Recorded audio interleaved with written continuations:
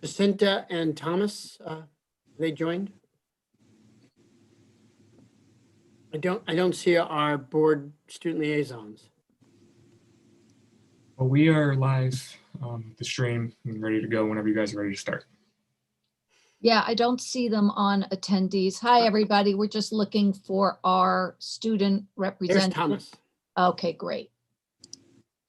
Okay, I want to call the meeting to order. Welcome, everybody. Thomas, are you, and I don't know if Jacinta is on, are you guys ready to give us your reports? Yeah, definitely. I do not see Jacinta here as well. So, no, here she is. Here she is. But yeah, we are definitely ready. Great. All right, we're going to turn it over to you guys. All right, thank you. So, hi, everybody. I'll introduce myself. My name is Thomas Seward. I'm the president of the senior class.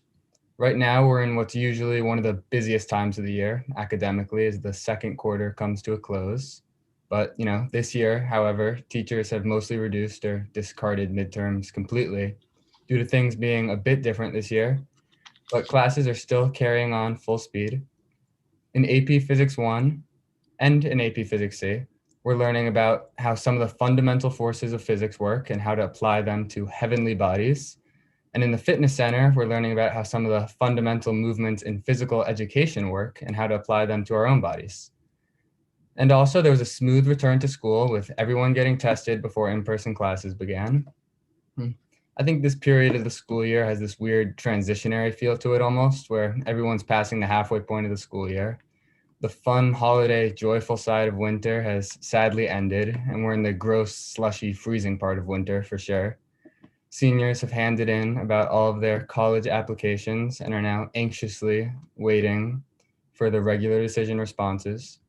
Student Council is planning some events for the late winter as well. We're looking to adapt 2 Student Council staples to this modified year, Valentine's Day and Lumberjack Day. And for those of you who aren't aware, Lumberjack Day is an annual event that happens in late February where students wear flannels, get free pancakes, and Student Council holds a pancake eating contest. While COVID certainly poses challenges to events like these, I think that we'll definitely have success in keeping the spirit of these fun novelty events like Lumberjack Day alive one way or another. Jacinta? Hi, I'm Jacinta Smith. I'm the senior class vice president and also one of the Multicultural Student Union presidents. So on January 14th, the Multicultural Student Union had its first Martin Luther King Assembly since Miss Porter retired. Our club members collaborated with 2 video students to coordinate a montage assembly of student performances. We incorporated tributes of national hero representatives like John Lewis and local heroes, Mr. Yiser and Miss Porter. The assembly was distributed to English classes and students were invited to offer their feedback on a Google form. The feedback was tremendous. One student said, "This virtual assembly made me feel moved and empowered by our generation. We know how to make our voices heard and are able to do so in a peaceful way. I especially liked when the pictures of Black Lives Matter protests were shown from old times to real time." And Ms. Klein gave us some encouraging feedback. She said, "You married the national with the local, and the choices you made along the way were just breathtaking. I know I am going to want to watch this for a second and third time." Like the countless assemblies before, students sang, danced, and spoke about how Martin Luther King continues to be relevant and inspirational today. I myself did a step performance, and a couple of us learned it on one morning in like a 30-minute sort of dance choreography session, and it was pretty fun. And that made it a very personal experience, and we coupled it with we had like overlaying step with videos of the montages happening around the world during the Black Lives Matter movement. So it was just a lot of fun to organize and work with other students who are just as passionate about this cause. So yeah, like the countless assemblies before, students sang, danced, and the spoken word was actually quite moving.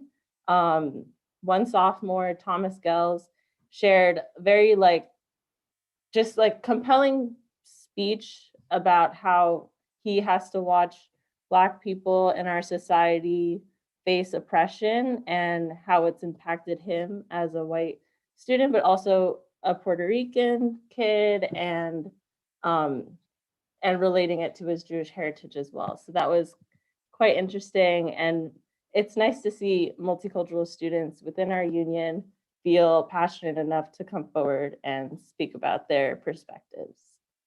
Ms. Porter was elated and proud of what we were able to accomplish given COVID-19 restrictions of the remote format. On the horizon, Multicultural Student Union is excited to present February's Black History Month. We intend to put up posters of Black heroes and their accomplishments in society. With the support of the Mamaroneck Schools Foundation, we are designing and printing large format posters that can be put up around the school to educate our classmates about these national heroes. We would also like to acknowledge the Pace Dance performance, Dancing Through the Distance. And they always do an amazing job, very spectacular, fantastic performance, as they've also adapted to the remote format as well. So thank you very much. Jacinta, thank you so much. And I was clicking around, and Debbie Minetta might know the answer to this. I was looking for the assembly like a few days ago, or even like, I think it was last week. So, so I'd be able to watch it. Do you know if it's posted? I don't think it's posted. We actually uploaded it to the Vimeo platform, Okay. but I can definitely send you the link. So once you get the link, you'll have it forever. I believe will have it believe forever. Ms. Klein was protective of making sure that the faculty and it was loaded appropriately before we released it to the public. So we're very proud of it, and congratulations to all who participated and really helped bring it forward. Yeah, it sounds terrific. Thank you both for your reports, and hang in there on these. Thomas, I forgot the phrase that you used. I just remember cold and slushy. Yeah, But, something like that. Gray, cold and slushy. Just add it, add that in there. But thanks, guys. Thank you. Thank you. Okay, we're going to move on to items to be removed from the consent agenda. I am just going to grab my glasses. If a board member wishes to remove an item on the consent agenda for further discussion, a motion to remove item from consent agenda must be made. However, once a motion and second are made for the consent agenda from the items listed below, simple questions can be asked regarding any of them, as you would normally do for individual resolutions. A, approval of minutes of the 1/12/21 study session. B, approval of personnel actions. C, approval of vendor agreements and amendments. D, there's a duplication, approval of vendor agreements and amendments. E, approval of treasurer's report from December 2020. F, acceptance of extra classroom activity fund for the high school and Homics. G, approval of CSEA 2021-2022 holiday schedule. H, acceptance of arrangements for appropriate special programs and services as recommended by the CSE, CPSE. Can I have a motion? So moved, Paul. Second, Ariana. Okay, all in favor? Aye. Aye. Okay, you know what? I'm just going to take a look back. I know we just approved it, but I want to go back and say, Sylvia, is there anything to discuss on the treasurer's report? No, Rena, nothing, thanks. Okay. All of this is posted on board docs for the public who wants to see it. And the board has reviewed all of this in advance of the meeting, as we typically do. Resolutions for action. A, resolution for settlement agreement and general release. Be it resolved that the Board of Education of the Mamaroneck Union Free School District herewith authorizes the board president and the superintendent of schools to execute a settlement agreement and general release between the board and employee number 04846. Can I have a motion? So moved, Paul. Second, Second, Ariana. all in favor? Aye. Aye. Item B, side letter of agreement between the Board of Education of the Mamaroneck Union Free School District and the Mamaroneck Teachers Association. Be it resolved that the Board of Education herewith authorizes and approves a side letter agreement between the Board of Education of the Mamaroneck Union Free School District and the Mamaroneck Teachers Association concerning credits towards salary movement. Can I have a motion? So moved, Paul. Second, Second, Gladys. all in favor? Aye. Aye.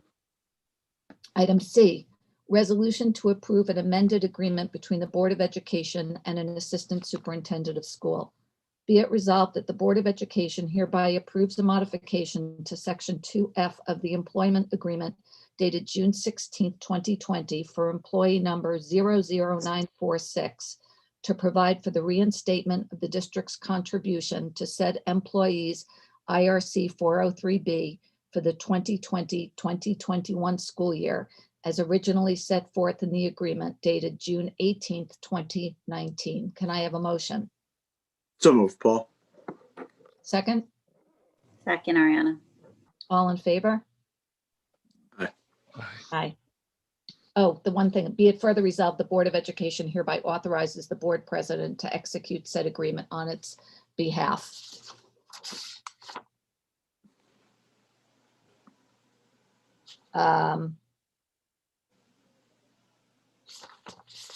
I apologize. My pages are out of order.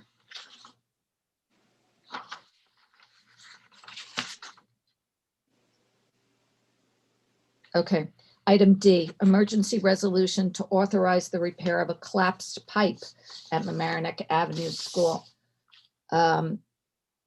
Whereas a significant blockage was discovered in the sewer main line at Mamaroneck Avenue Elementary School due to an underground pipe collapse, which requires immediate repair.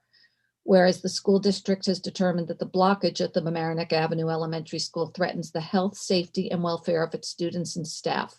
Now therefore be it resolved that the Board of Education declares the immediate repair to be an emergency as a result of the aforesaid, and be it further resolved that the Board of Education authorizes the immediate repair of the collapsed pipe at the Mamaroneck Avenue Elementary School as an ordinary contingent expense of the board, and authorizes the superintendent or his designee to enter into an agreement for the immediate repair of the collapsed pipe at Mamaroneck Avenue Elementary School. Can I have a motion?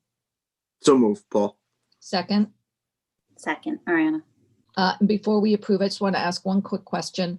I'm assuming that the the rupture of this pipe is not impacting the operation of the school? It was preventing us from having restrooms. We were able to temporarily repair it and use the restrooms until Friday when they came and did the repairs over the weekend. Okay, thank you, Sylvia, and thanks for arranging that over the weekend. All in favor? Aye. Aye. Item E, resolution to standardize building automation HVAC control system.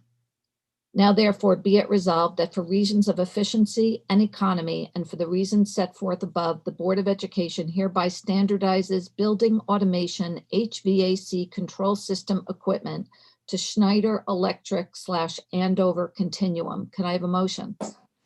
So moved, Paul. Second, Second, Gladys. all in favor? Aye. Item F, resolution to reject portions of the bid proposals for capital improvement projects for the Chatsworth Elementary School. I'm not going to read all the whereas clauses here.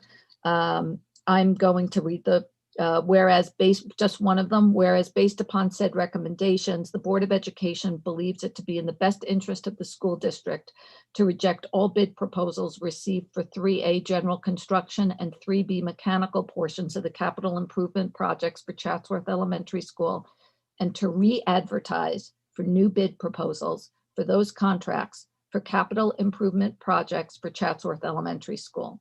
Now therefore be it resolved that the Board of Education hereby rejects proposals received in response to the bid solicitation for the 3A general construction and 3B mechanical portions of the capital improvement project for the Chatsworth Elementary School, and authorizes the school district to re-advertise for new bid proposals. Can I have a motion? So moved, Paul. Second? Second, Ariana. Sylvia, what's the timing for receiving new bid proposals? They're being advertised tomorrow because we're not allowed to advertise until the board rejects the bids. And they're coming back next week. Okay, thank you. All in favor? Aye. Item G, resolution to accept the SEPTA grants. Recommended action that the Board of Education accept the grants recommended by SEPTA as listed on the attachment. Can I have a motion? So moved, Paul. Second? Second, Gladys. Nora, do you, I didn't prepare you for this, but are there any of these grants that you can speak to? Sure. I actually had a chance to review them all, but I did want to, there were several that particularly had to do with helping our kids engage in social interactions when they start to spend more time in school. Things that involve bicycles, outdoor games, those kinds of things that had adaptations to them, where students with disabilities could then engage in appropriate social interaction with their non-disabled peers. And, you know, those things like bicycles are tried and true to apply now, but also into the future for our kids in terms of their interaction in the community. Thank you. And thanks for SEPTA to funding these grants, to shepherding through the process. And thank you for all the individuals who submitted these grants to attempt to meet the needs of our students in new, innovative, and different ways. So thank you all. Okay, we had a first and second. Can we have a motion? Can we have a, all in favor? Aye. Aye. I got tongue-tied there a little bit. Item H, adoption of the 21-22 school calendar. Recommended action that the Board of Education adopts the 2021-2022 school calendar as listed on the attachment. Can I have a motion? So moved, Paul. Second, Ariana. Bob, anything of Sure. note on the school calendar? So this is an important moment. It's kind of the big reveal, and people have been waiting since the start of the new year. Just a couple of points. It's an unusual calendar year for a couple of reasons. One, September, in terms of the timing of Labor Day, the Jewish high holidays during the school week. So originally we had talked about starting with the Superintendent's Conference Day prior to Labor Day, starting and launching school, knowing that there was a long block of interruptions between holidays and for the second week. But because we're mindful of the tight time frame we have over the summer with our capital projects, and just concerns that in multiple schools we might not complete the work and allow teachers adequate time to set up classrooms, we've kind of revisited our thinking, and we'll start the first official day of school will be on the 9th of September, so it's late for us. I would say maybe consistent with what we did this past year relative to planning for hybrid learning. We are going to have 2 consecutive days of superintendent conference days in professional development. And I actually think it would be a great opportunity to bring in a speaker to focus and kind of set a tone for the year, and just had some ideas, but really give teachers enough time to prepare their classes, do some focused professional development, have a break for the holidays, and then come back ready to meet students. Also this year, Governor Cuomo has added Juneteenth Day as a state holiday. And so in kind of working through the calendar, the making note of the adjustment for the 21-22 school year. As always, we've had to add our potential snow give back days around holidays. And I would say the trade-off is that there will not be a spring superintendent's conference day, which we typically have fall and spring for this calendar year. So that's it. And we'll see how it goes. Any questions? I just want to thank Janet Knight, the president of the American Teachers Association, Jeremy.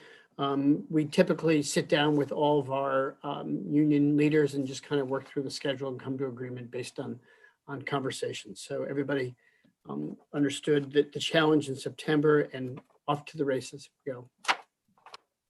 Thanks, Bob. All in favor? Aye. Aye. Can hardly wait. Okay, now before we launch into updates from Barry Suman, the district's athletic director, and Dr. Shaps, I just want to make a few brief points. We're nearing the 1-year mark of living with COVID-19. Sadly, for some, that's meant loss of a family member or friend, loss of a job, strain for healthcare professionals and first responders, increased need, and economic insecurity. It's also resulted in significant mental health challenges for students and families. I also want to recognize and acknowledge that many of us, myself included, have hit the pandemic wall. Fatigue with the current situation is growing. In other words, we are exhausted, stressed, and stretched. Parenting during a pandemic is hard. Being a student during a pandemic is hard. Teaching during a pandemic is hard. Being a school nurse, social worker, counselor, or administrator is hard. It's all hard. We all just wish school could return to the way it was pre-pandemic. It is primarily for these reasons that I suggested to the superintendent that we modify the topic for tonight's meeting and speak to the issues many of you, most especially elementary parents, have raised. What would it take to increase in-person learning, and is it feasible to bring our youngest students back to school for full days? There are many questions and there is much work to be done. I don't expect we'll have answers for your questions tonight, and I ask for your patience as our district leaders work hard to address next steps. Thank you. And with that, I'm going to turn it over first to you, Barry.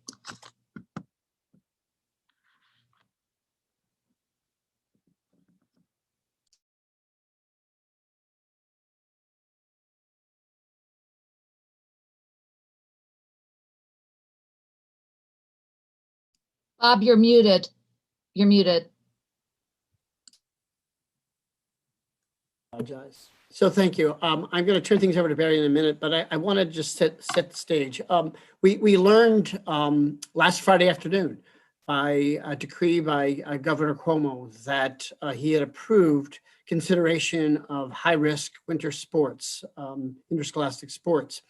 And that set off a flurry of interest by, to no surprise, our student athletes, our parents, our coaches, who are and have been hoping for the opportunity to participate and play, similar to what our fall teams certainly appreciated and enjoyed at the start of the school year. It's important tonight to kind of share with the board the complexity of next steps.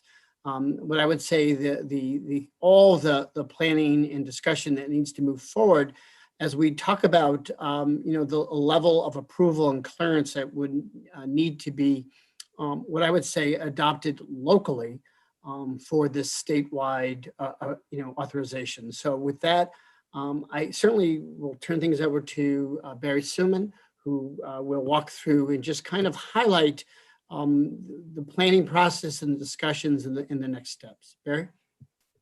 Thank you, Dr. Chaps. Any point you want to jump in, please feel free. I thank you, Rena, for, kind of framing the whole conversation, because I do think they're all interconnected, whether you're talking about elementary education and kids going back to school, sports, all the things that make our district special, and what, kids feel and parents feel are stress relievers.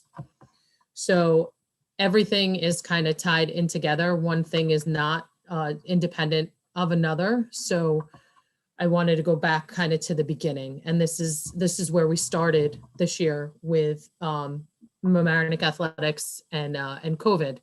So in the fall, when we had the clearance and we figured out all the safety protocols, we kind of came up with, this is our overall statement, about COVID and what we're doing with it. So obviously it's our objective to protect individuals through mitigating exposure through our sports programs. And that's how we've framed and built everything up to this point. We don't do this in isolation. We don't do this in a bubble. So I think actually when I did a presentation for fall parents who had so many questions about how we were going to keep their kids safe, I think that people just don't understand. Where does it start? How are things kind of negotiated? So obviously, like Dr. Schaap said, the governor came out on Friday, like, okay, governor says high-risk sports can go, let's go. It doesn't really work like that. So the governor said that high-risk sports could go, but there's a bunch of layers underneath the high-risk sports going that need to happen. So the governor in New York State Education Department, the New York State Department of Health, New York State Public High School Athletic Association is the governing body for all athletics throughout New York State. What the governor gave credence to on Friday afternoon, late on January 22nd, was he gave the go-ahead to high-risk sports to the county health departments. So in theory, that sounds easy. We're in Westchester County, that's a health department. But when you put it into the context of the governance that makes the decisions, there are 4 county health departments that we're dealing with. So it's Rockland, Westchester, Putnam, and Dutchess counties, and it's over 80 schools. So we're at a point now where these county health departments, their executive directors, their George Latimers of each of them all need to talk, and then their departments of health need to talk and see if this is feasible. And then there's little old Mamaroneck School District kind of at the bottom. So I think that it's important to understand kind of who makes those decisions and in what order. And then I also provided links to some resources from the Department of Health, the Westchester County Health Department, what New York State Public High School Athletic Association is. And then I have modeled a lot of documents for our, and it is a working document, so it's actually not even up right now, but this idea of return to athletics for New York State Public High School, and then actually getting that down to a granular level for what that looks like for Mamaroneck. And So if I can, I'm sorry, go ahead, Barry. no, each sport kind of has its own section within that document, because again, there are overarching safety procedures that come into place for each sport. And then you have to take a look at our particular facilities and how that applies to our student athletes. And just to add, as Barry knows, on Monday, I had the opportunity to meet with George Latimer and fellow superintendents of the region. And he talked through, as Barry has mentioned, the layers of consideration and approval that really will kind of determine our fate relative to the opportunity to play and participate. He did recognize that there were some contingencies around the governor's approval that were very clear. So one is authorization by your local Department of Health. 2 was the issue of whether the UK variant was present in the area. 3, it really, in some ways, had to talk about a consensus around Section 1 and the athletic body and superintendents who sit on that body that agree that this makes sense given our own regional circumstances and situations. And then, as Barry mentioned, because Section 1 really involves multiple counties, getting all of the counties to come to consensus or not to see how that will either limit what schedules and play would look like, or in some ways unify Section 1 moving forward. And then ultimately, I had the opportunity to complete a survey today about my support based on the Department of Health's recommendation and for the various sports that Barry will get into as we go through the presentation. Any questions on this? Just the authorization process and decision making? Okay.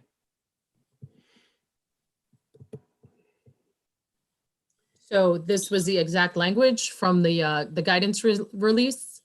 And then just to make it clear again, schools can only participate in high-risk sports, contests, practices, games, competitions, if approval is provided by the local health authorities, which ultimately comes down to Westchester County Department of Health. People have already, approached me, emailed me, called me today and been like, we always benchmark ourselves against people who have populations like us. So publicly, Suffolk County has come out and said that they're good. They're ready to go. They have testing in place. Suffolk County for Section 11 is what that is. Section 11 has one county that they have to worry about. There was one executive director, there was one Department of Health that has to make that decision. And, they included all the things that Dr. Schaps talked about, like what are the safety procedures? Is it safe? Does the Department of Health clear it? And how are they going to test athletes? And they work through all that already with one governing body. We have to get 4 governing bodies to agree to this. If I can just add, in the conversation with George Latimer, he did ask, and there was an extensive conversation about what would we require from the state for support. One of the items that really was prominent in our conversation was the idea of support for testing of athletes. They wanted to model and look at other states, at higher ed, and there was a strong recommendation, and I believe request to the governor and to the state to provide the resources to test athletes regularly as a way to maintain consistency around health and safety. Barry, quick question. Is it possible, not being a big athletic family these days, is it possible to limit our amount of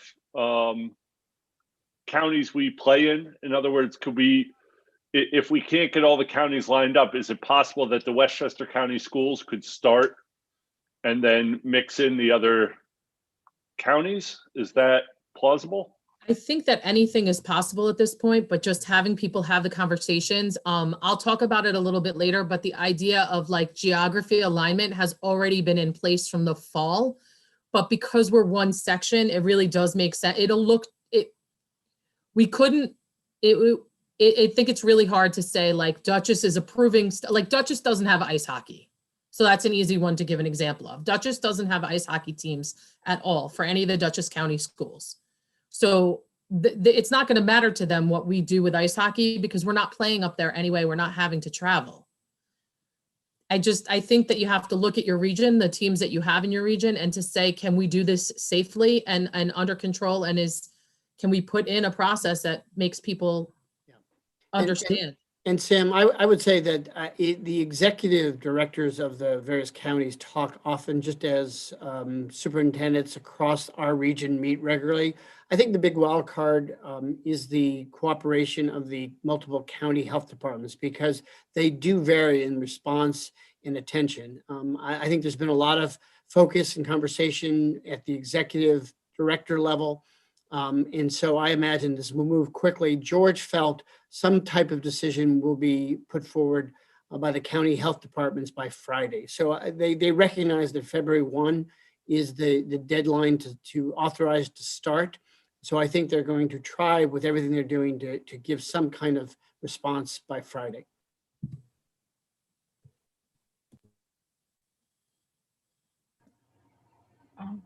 So I just wanted to give people a visual so they could kind of understand what's on the table. So currently on the left-hand side, the low and moderate sports are underway. The the state actually could have started earlier. The section had made a decision that we were not going to start prior to January 4th. And that was in conjunction with superintendents, that it was really important that we go from Thanksgiving, get through the month of December, and then, January 4th, we were going to start. Mamaroneck schools in particular went remote that first week back, and we knew we were doing that testing. So we actually did not start sports until the 11th. The sports that are running are up there: girls and boys bowling, fencing, skiing, swimming and diving, and then boys and girls track and field, which is kind of a joke that I put outdoor, indoor. It's indoor track and field, but the only indoor facility that was available was the Armory, and then the Armory went to be a vaccination site. So there is no indoor track. We are running indoor track outdoor. And we actually had our first meet yesterday and it went awesome. And I'll get into some of that too. The high-risk sports that are to be determined with the anticipated or the approaching start date of February 1st are boys and girls basketball, ice hockey, wrestling, and competitive cheerleading. Cheerleading standing on the side, just yelling a cheer here or there, while it would present its own set of challenges, the idea of competitive cheerleading with stunting and tumbling is really what's on the table. Just a quick question there. So there is no practice going on for our high risk? Correct. No form of practice that? No. So what had happened was prior to Thanksgiving, we had done some outside, anything that was outside we did. So we actually had the boys and girls basketball teams in local parks, ice hockey and wrestling. We're doing some strength and conditioning training outside with either your own equipment or no equipment. And then we had, sports that are in other seasons that we're also doing outdoor conditioning. When Thanksgiving came, we wanted to check the kind of health and safety of our school district and chose to not continue with those after Thanksgiving break. And we have not restarted them yet.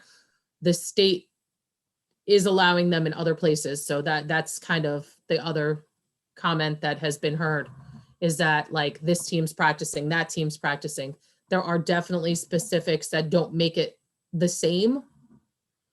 But we concentrated all our efforts on getting our winter sports that were approved up and started. And, we've ultimately got to that point this week that everything is up and running the way that it should be running and practicing.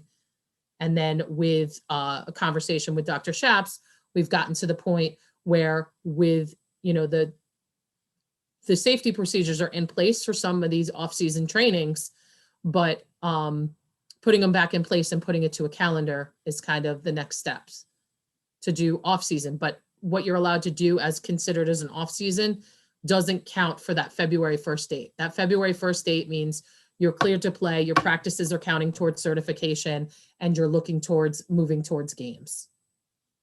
Does that make sense? Are there any questions about that? No, Barry, that was very clear. Could you give a couple of examples for members of the community and myself of what some of those specifics might be that would allow other districts to engage in sports areas that perhaps our district will not? Are you talking about in season or out of season stuff? Both. So the out of season criteria was we weren't ready to go in buildings yet. So we didn't want to do anything that was inside a building.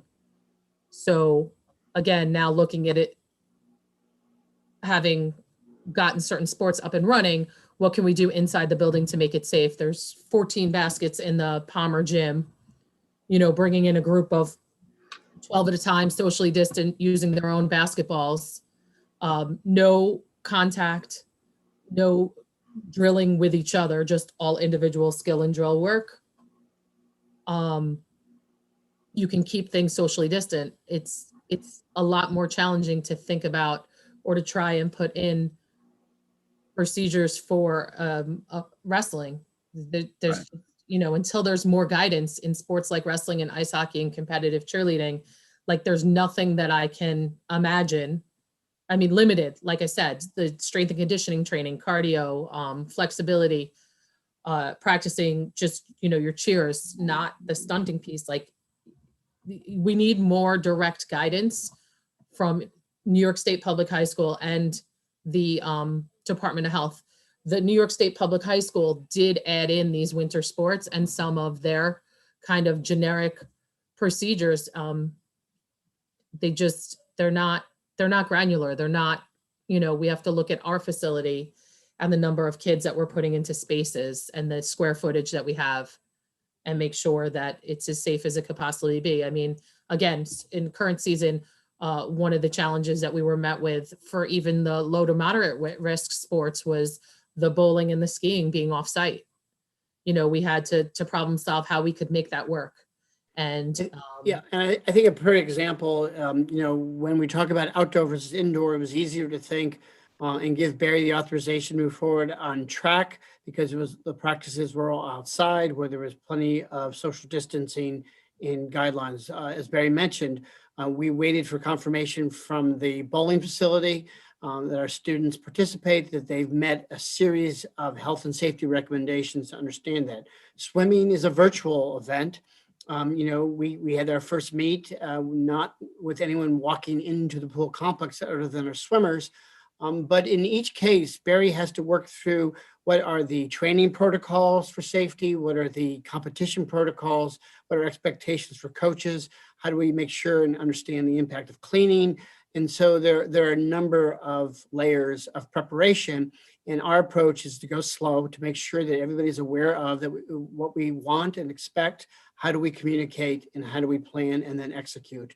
The fall was a success. Everybody had a great experience. There were a lot of challenges, and already I think with the issues of positive cases that have impacted the low moderate sports that are underway, each day is going to be somewhat of an adventure, but our goal is to have kids participate safely and be consistent in our approach.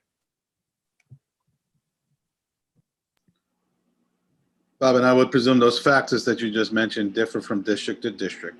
Could you speak to any lessons learned from the fall that are kind of guiding us as we move more into the year? I can do that. I feel like in the fall, just even the safety procedures that we put in place. What do coaches need to do daily? What do athletes need to do daily? And what do parents need to do to support and understand? I mean, it was a challenge probably till halfway through the season to get parents to understand that no spectators could go to other schools. This was multiple emails. This is people hiding out on hills and hiding in trees, sitting in their cars. Like, there's no spectators. So just getting people to understand, like, we wanted kids to be able to play, having enough PPE, extra masks, and all the med kits are just look different. A med kit is like Band-Aids and gauze and, an eye wash. And that's what it used to be. Our med kits now have digital thermometers. They have bottles of hand sanitizer, and they have masks in them. Like, just how we loaded those, I feel like we learned a lot, and just making sure wipes. I have 140,000 wipes or whatever it is in my office, to make sure that when equipment needs to be wiped down, that coaches know that they have access to those things. I would say that, if I could mention, with outdoor sports, we had certainly no access to locker rooms and how we managed, the transitions for student athletes. Now you have indoors, and making concerns that kids are, coming indoors, going out in the cold, how, they gather. It's really incumbent on Barry just to work through all the logistics and details to make sure, because we're not talking about 10 students, we're talking about hundreds of students. And so it's just a matter of making sure that, based on the Friday authorization, as we anticipate and plan for an approval, that we can make it a success. And we always ask that everyone, students, our student athletes, and our coaches and our parents, remain patient. We all want students to have this type of opportunity and experience. We know how important it is to mental health, to social emotional well-being, and their interests. So it's just a matter of all working on getting on the same page and moving forward. I also think the next slide can provide some context to kind of the thought process that goes into planning. So I just wanted to give you guys a snapshot of what looks like what's going on right now. So these are the sports that are playing: skiing, track, fencing, boys swimming and diving, and bowling. The approximate number of contests we're going to have. So skiing is 4 times going to the mountain. Track meets the way, I'll just go across. So skiing 4 times to the mountain. It's at Thunder Ridge. There's 38 athletes that are registered. Probably 30 have been coming fairly regularly because of who is quarantined. There's 10 boys and 10 girls that are allowed to compete. So we will have anywhere between a 44 and a 55 passenger bus with no more than 20 athletes on it, fully masked the entire time. I have 1 coach for dry land training, which is done on Memorial Field. Again, everything's outside. And then I bring an additional supervisor when we go to the mountain, because kids need to know that there are eyes on them. Track, about 6 contests. What we did was, it's only with local Sound Shore schools. So Rye, Harrison, Mamaroneck. That's where we started with our planning. Oh, Portchester. And then what we did was we split it into, every meet is 2 teams. So if we're running against Harrison, the 20 girls stay at Mamaroneck and the 20 boys go to Harrison. And I have 3 coaches. I split them up. I send 2 coaches away. I keep 2 adult people home, and we run a track meet. We did it with Rhinebeck the other day. It went really well. It's an hour. There's no indoor spaces. The visiting team that's coming, if they're cold or they're waiting for their race, your bus is your warming station. So, there's always kids running or doing a field event. So there's never more than, 4 or 5 kids on a bus. Again, everything needs to be supervised. Fencing, there's about 4 contests. There's Lower Westchester schools, Woodlands, Ardsley, us, and there's 1 other school. There's 3 weapons.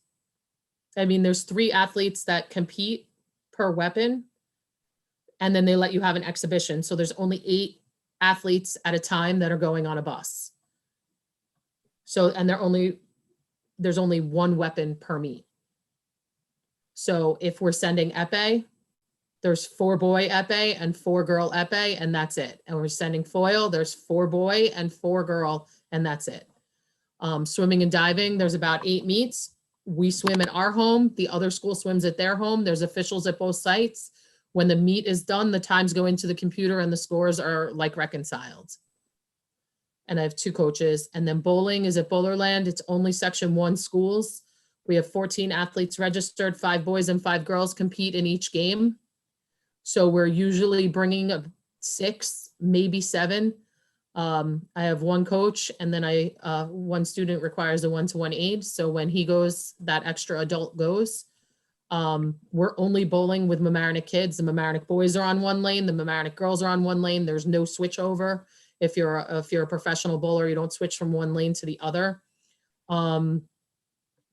There's just, again, I feel like you asked me a question on, what have we learned and what have we been doing? Every single sport has nuances that go with it that makes it safe and able to be controlled for the kids that we have participating. I go out every day to practices just to see the kids out. They're so happy.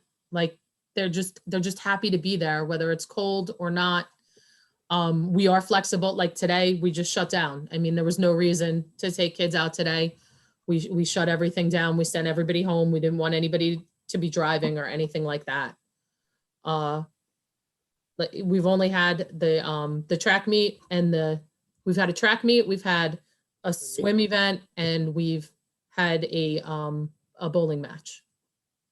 And they've all gone off okay. Bob, is there anything you want to add to that, or is that okay? We're all set. Again, I said that everything's intertwined with each other. So the one thing about New York State Public High School is their dates are set for when you start. Your end dates are flexible.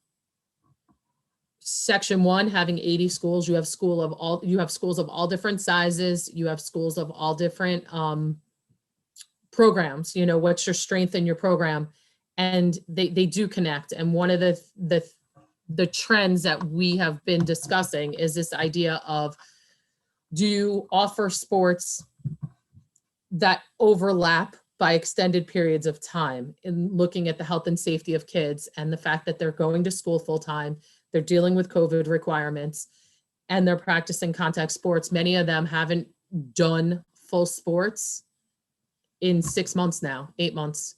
So right now, there was only one low moderate risk sport that was moved from the fall season into what New York State has deemed fall 2. It was girls swimming and diving, and that was because facilities weren't renting. Public facilities weren't renting their pools, and enough schools didn't have their own pool. When the fall season started, our pool wasn't even open yet, and that's ours. So we hadn't had everything in place. So they moved it to this March 1st date, and that was New York State Public High School Athletic Association that moved it. So we can't do anything about that. In the same respect, they moved high-risk sports that we couldn't get in the fall because we didn't know enough. We didn't have enough systems in place. And that was, again, cheerleading, football, and volleyball. Volleyball for the sole reason that it was inside. It was the only thing that was inside at that point in time. Football, contact reasons. Again, you can't take one without the other. So the projected start date is March 1st. The recommended end date would be May 1st. But Section 1 had been deviating from that because athletic directors, superintendents, medical professionals, athletic trainers all had input that kids going from football practice to lacrosse practice, competitive contact to competitive contact, would be tough, especially for over a month of time. So we're still looking at the end dates, trying not to overlap. So the spring start date is, like I said, officially scheduled for April 19th. We could move it later. You can't move it earlier. The only high risk sport for the spring right now is boys lacrosse. People are like, that's crazy. How is boys lacrosse and girls lacrosse not the same? Boys lacrosse, again, New York State Department of Health reclassified sports that they deemed as being high risk. The NCAA has boys lacrosse being a moderate risk. We're working on, reclassifying it potentially by spring, also because of the outdoor designation. It does make some of that easier. So a summary of our program experience so far. I'll briefly go through this. Low moderate risk sports were successfully played in the fall, which most people know. The low moderate winter sports are in progress. They have already canceled regional and state championships for fall and winter. We did hold regionalized sectional championships in the fall, and we're anticipating to do that, and we're working towards that for the winter sports. Our competitions were local within Westchester County and where possible, primarily lower Westchester County. Again, I just said high-risk sports, fall 2 moved to March 1st. The winter sports with the DOH approval is February 1st, and the spring sports tentatively begin on April 19th. That's like an overall summary. Then I wanted to be able to share with everybody kind of the mandated protocols that we put in. Some of them are state governed and some of them were specific for Mamaroneck High School sports. Coaches, fall and winter have been amazing. Anything I send them, they look at, they ask questions. I ask them to give me feedback on, what other support they need, what concerns them. So right now, again, travel right now is prohibited outside the region or contiguous counties. The regions refer to the COVID region. So for us, it's Mid-Hudson. Spectator and gathering limitations. Like I said, it was a challenge in the fall. It's going to continue to be a challenge as per Section 1. These are both Section 1 rules. Indoor spectators at all athletic events are prohibited. So like Dr. Schaap said, there is no one going to the swim meets.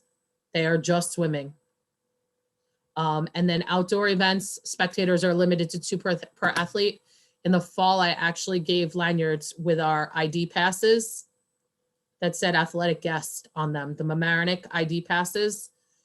And they said athletic guest. And when you came in, I had a roster at the front gate that said all the athletes' names, and you had to give the athlete who you were coming to see.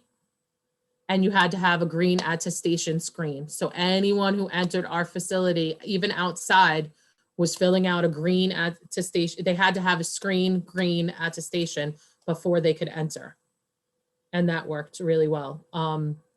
No spectators came to the track meet the other day. Athletes also, again, lesson learned, in the beginning, it figured students were completing the attestation every day to come to school, but they were in school half a day.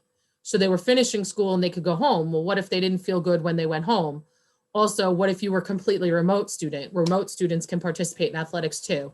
So the cleanest way, and it was helpful to coaches, especially people who don't work at the high school that understand the schedule, like this is an A day, this is a B day.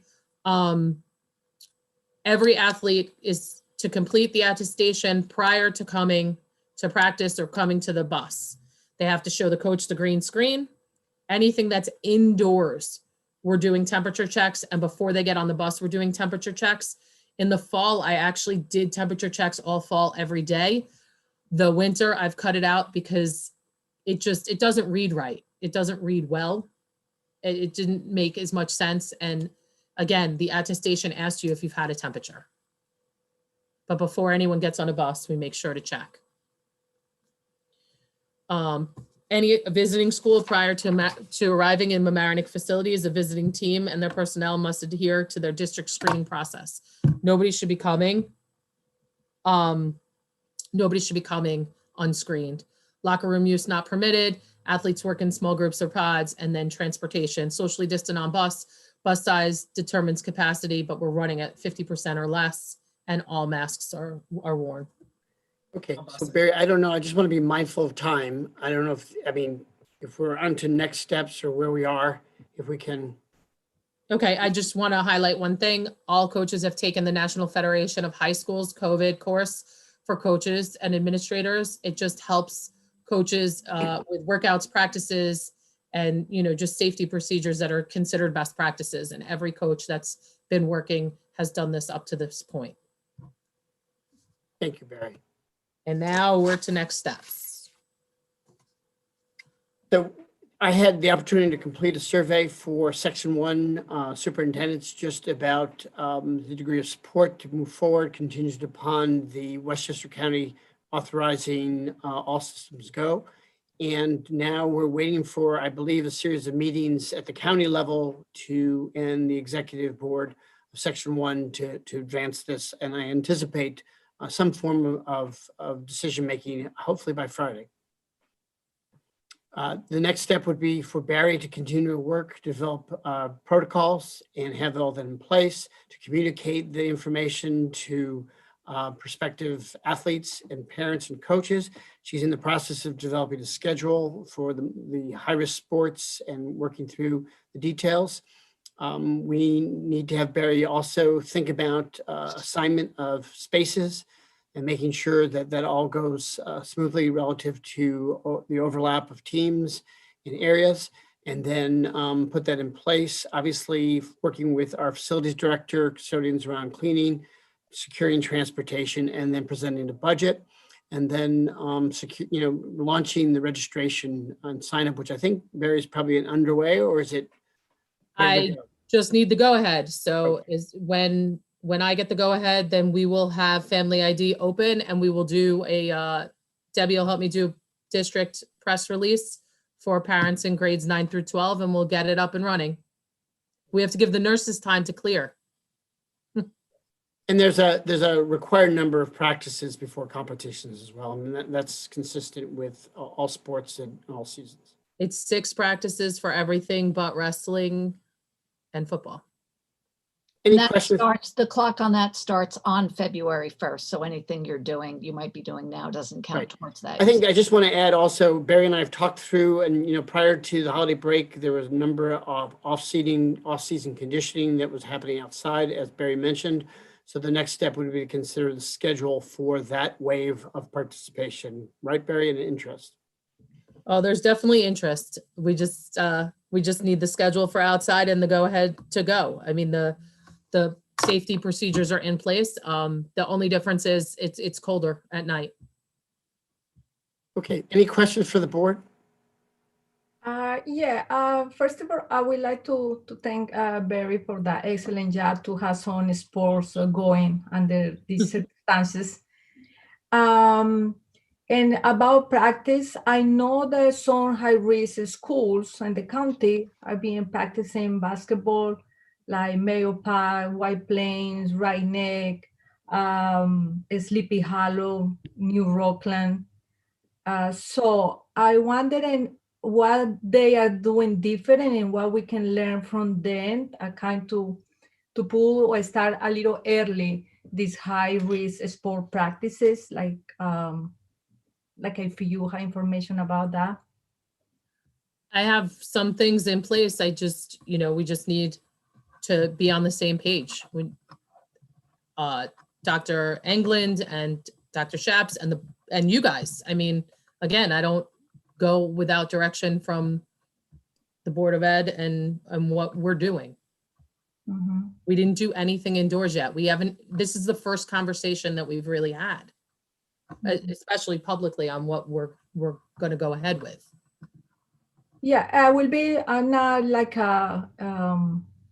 criticizing on any level, just want to know what they're doing different, appear they're doing great in practicing and what we can learn from there. That's it. Barry, is it really problematic to open up the registration before we get the go-ahead so that we at least can be that much further along? No. I know there's not much time between when we'll get the go-ahead, so maybe it doesn't matter, but. No, the registration, you have to have it done within 30 days. That was why I was hesitant to do the winter on the original date, because people would have had to do their health history up. But the registration now, as soon as I get it ready, I can get it out and up and going. I can get it out to people. Mm-hmm. Okay. Is there anything about, the off season? Seems like after this conversation, as long as we have things in place and we can get a schedule together, that we'll review it again.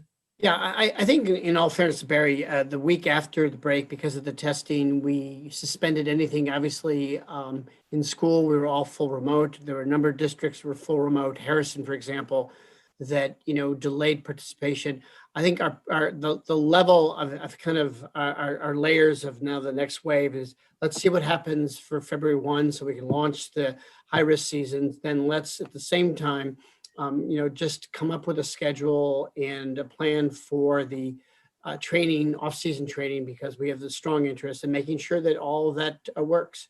All of this obviously is contingent upon, the health and safety, the confirmed cases. We had a series through the fall where we had to stop and start. We've had already stop and start one particular low-risk winter sport. And so this is what we're used to doing, and we'll work through it. And see how it goes. I find it interesting in Massachusetts, they are essentially all remote for learning, but they're playing basketball and hockey. So our priority has always been educating students and getting them to participate in extracurricular and sports as possible under controlled conditions. Right. And we know how important, athletics are to our kids and moving, and we appreciate, all that's being done. Barry, thank you for all your hard work. I know that this is, a logistical nightmare at various points, but, congratulations for giving our students a successful, fall season, and hopefully we'll be able to do the same, moving into winter. Board, any questions? Yeah, one real quick, Barry. First of all, once again, thank you for everything you've done. Once again, yeoman's job. I know it's tireless. So I just want to be clear though. So as long as the DOH from Westchester County gives us the go ahead, your anticipation is that February 1st we can start practices. And I just want to make sure I understand that clearly. I need to make sure with Dr. Shaps and that all of our safety procedures are in place. I've been working on it. It's not like this is going to be something that's completely new. Getting the registration understood up and running is nothing. It's, do we have, working with facilities and making sure that they can come in between practices and just, spray down the facility. We've used the fitness center as a space, as an extra teaching space, but I haven't used it for conditioning or actual training with like full teams or programs in there. So, we need to make a decision on whether that is going to be a space that we rotate through, because again, if you're using a space like that, it needs to be cleaned a certain way. Right now, Okay. I don't worry about it, Just to be clear, what we're waiting on is the approval from DOH. I just want to make sure I'm clear on that. Yeah, but I would like for them to also give us more guidance on some. No, I understood. No, that I completely understand, but I just want to make sure I'm clear that my understanding and the community's understanding that the DOH definitely has to still make this decision. I just want to make sure that's clear. And I would say in talking to George Latimer, there's a tremendous amount of pressure on Dr. Ambler, Shalita Ambler, who is focusing on COVID and everything just in general.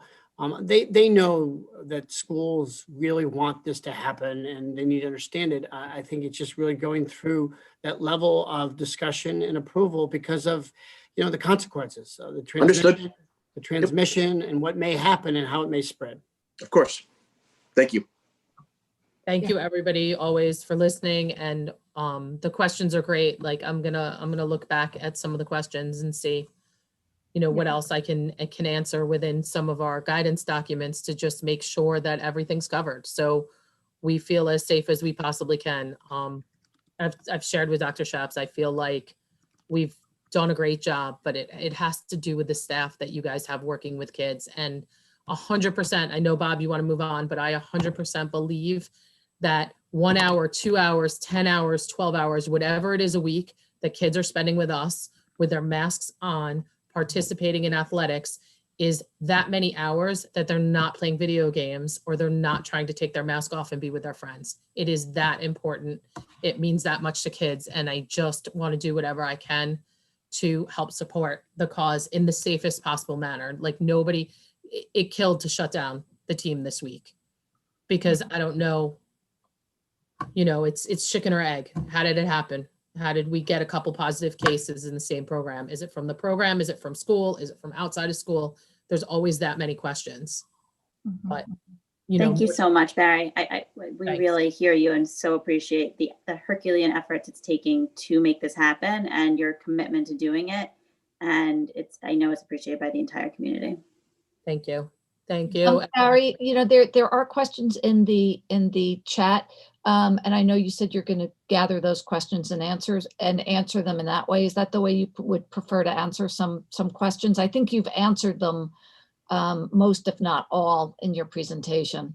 Okay, I kind of screenshotted them to see if I could.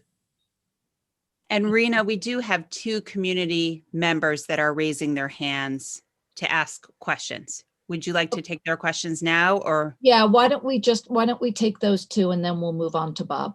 Okay, great. So Ashley Matlow. Hi, good evening. Hi. So much.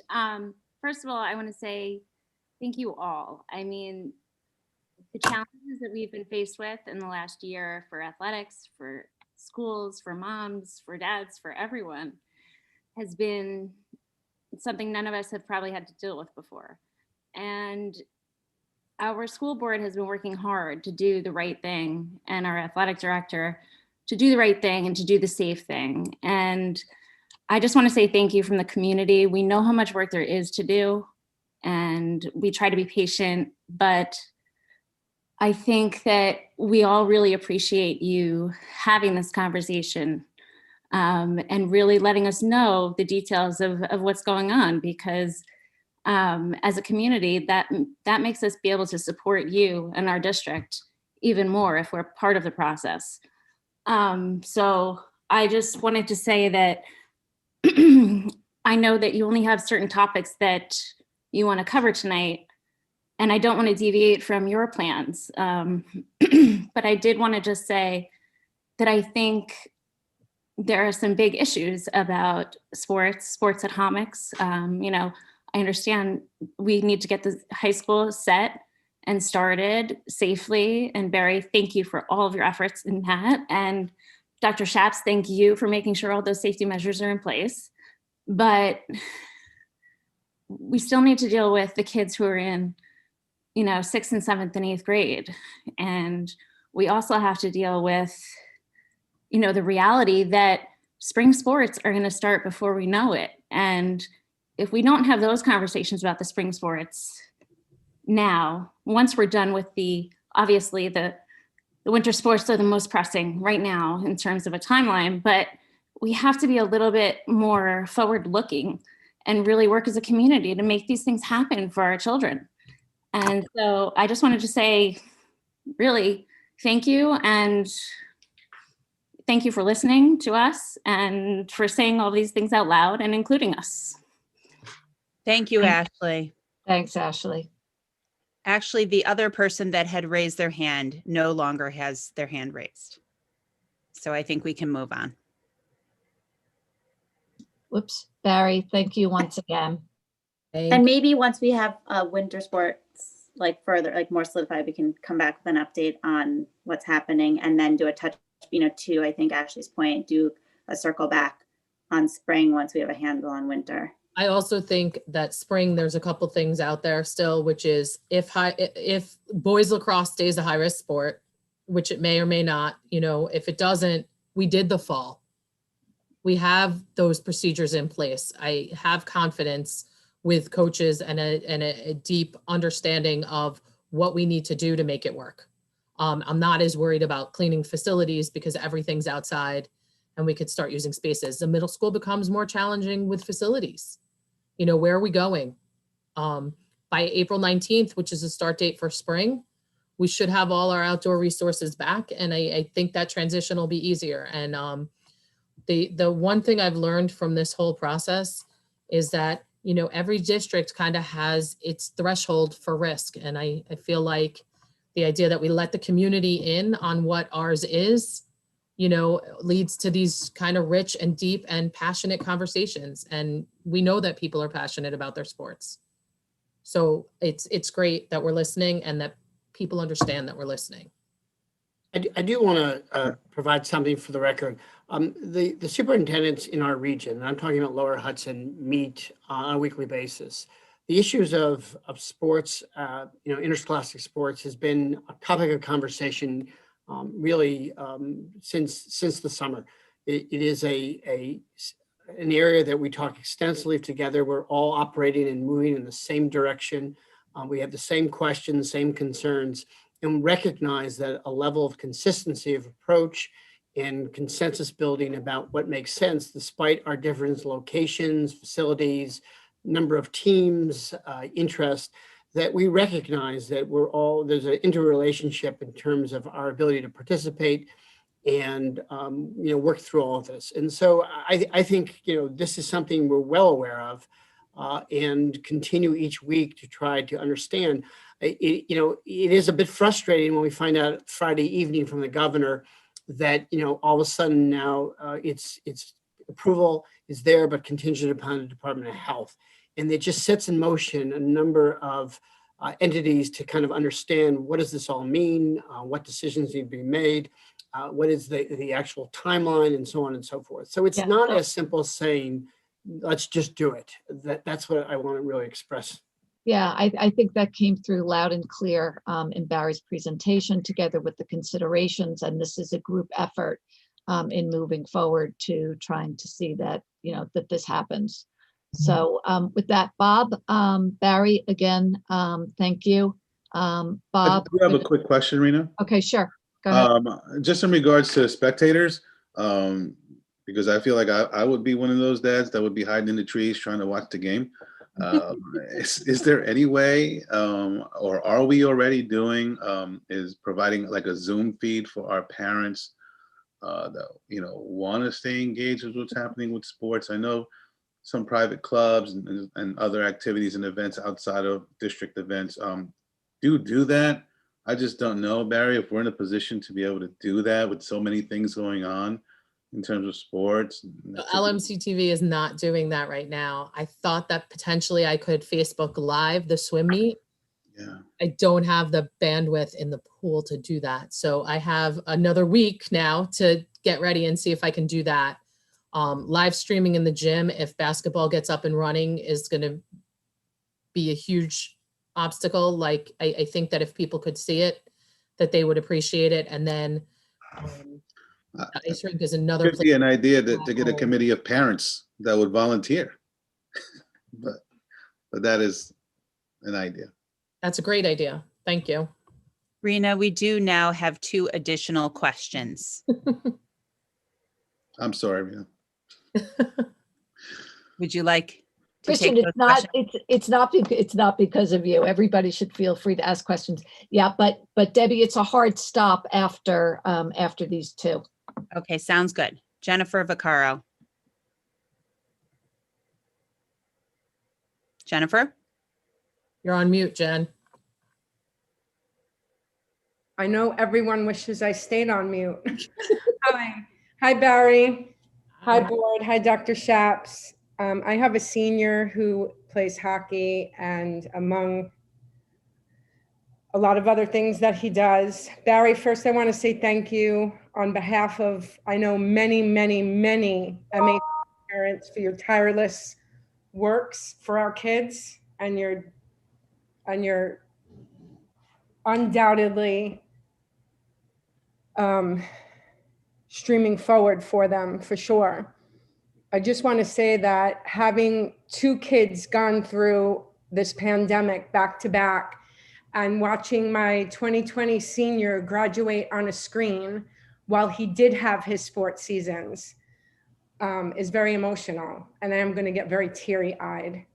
So to have our seniors not experience anything so far this year, to let them have their winter sport is very important to them, as I'm sure you all know. The parents are definitely willing to pitch in and help fulfill the protocols that are needed.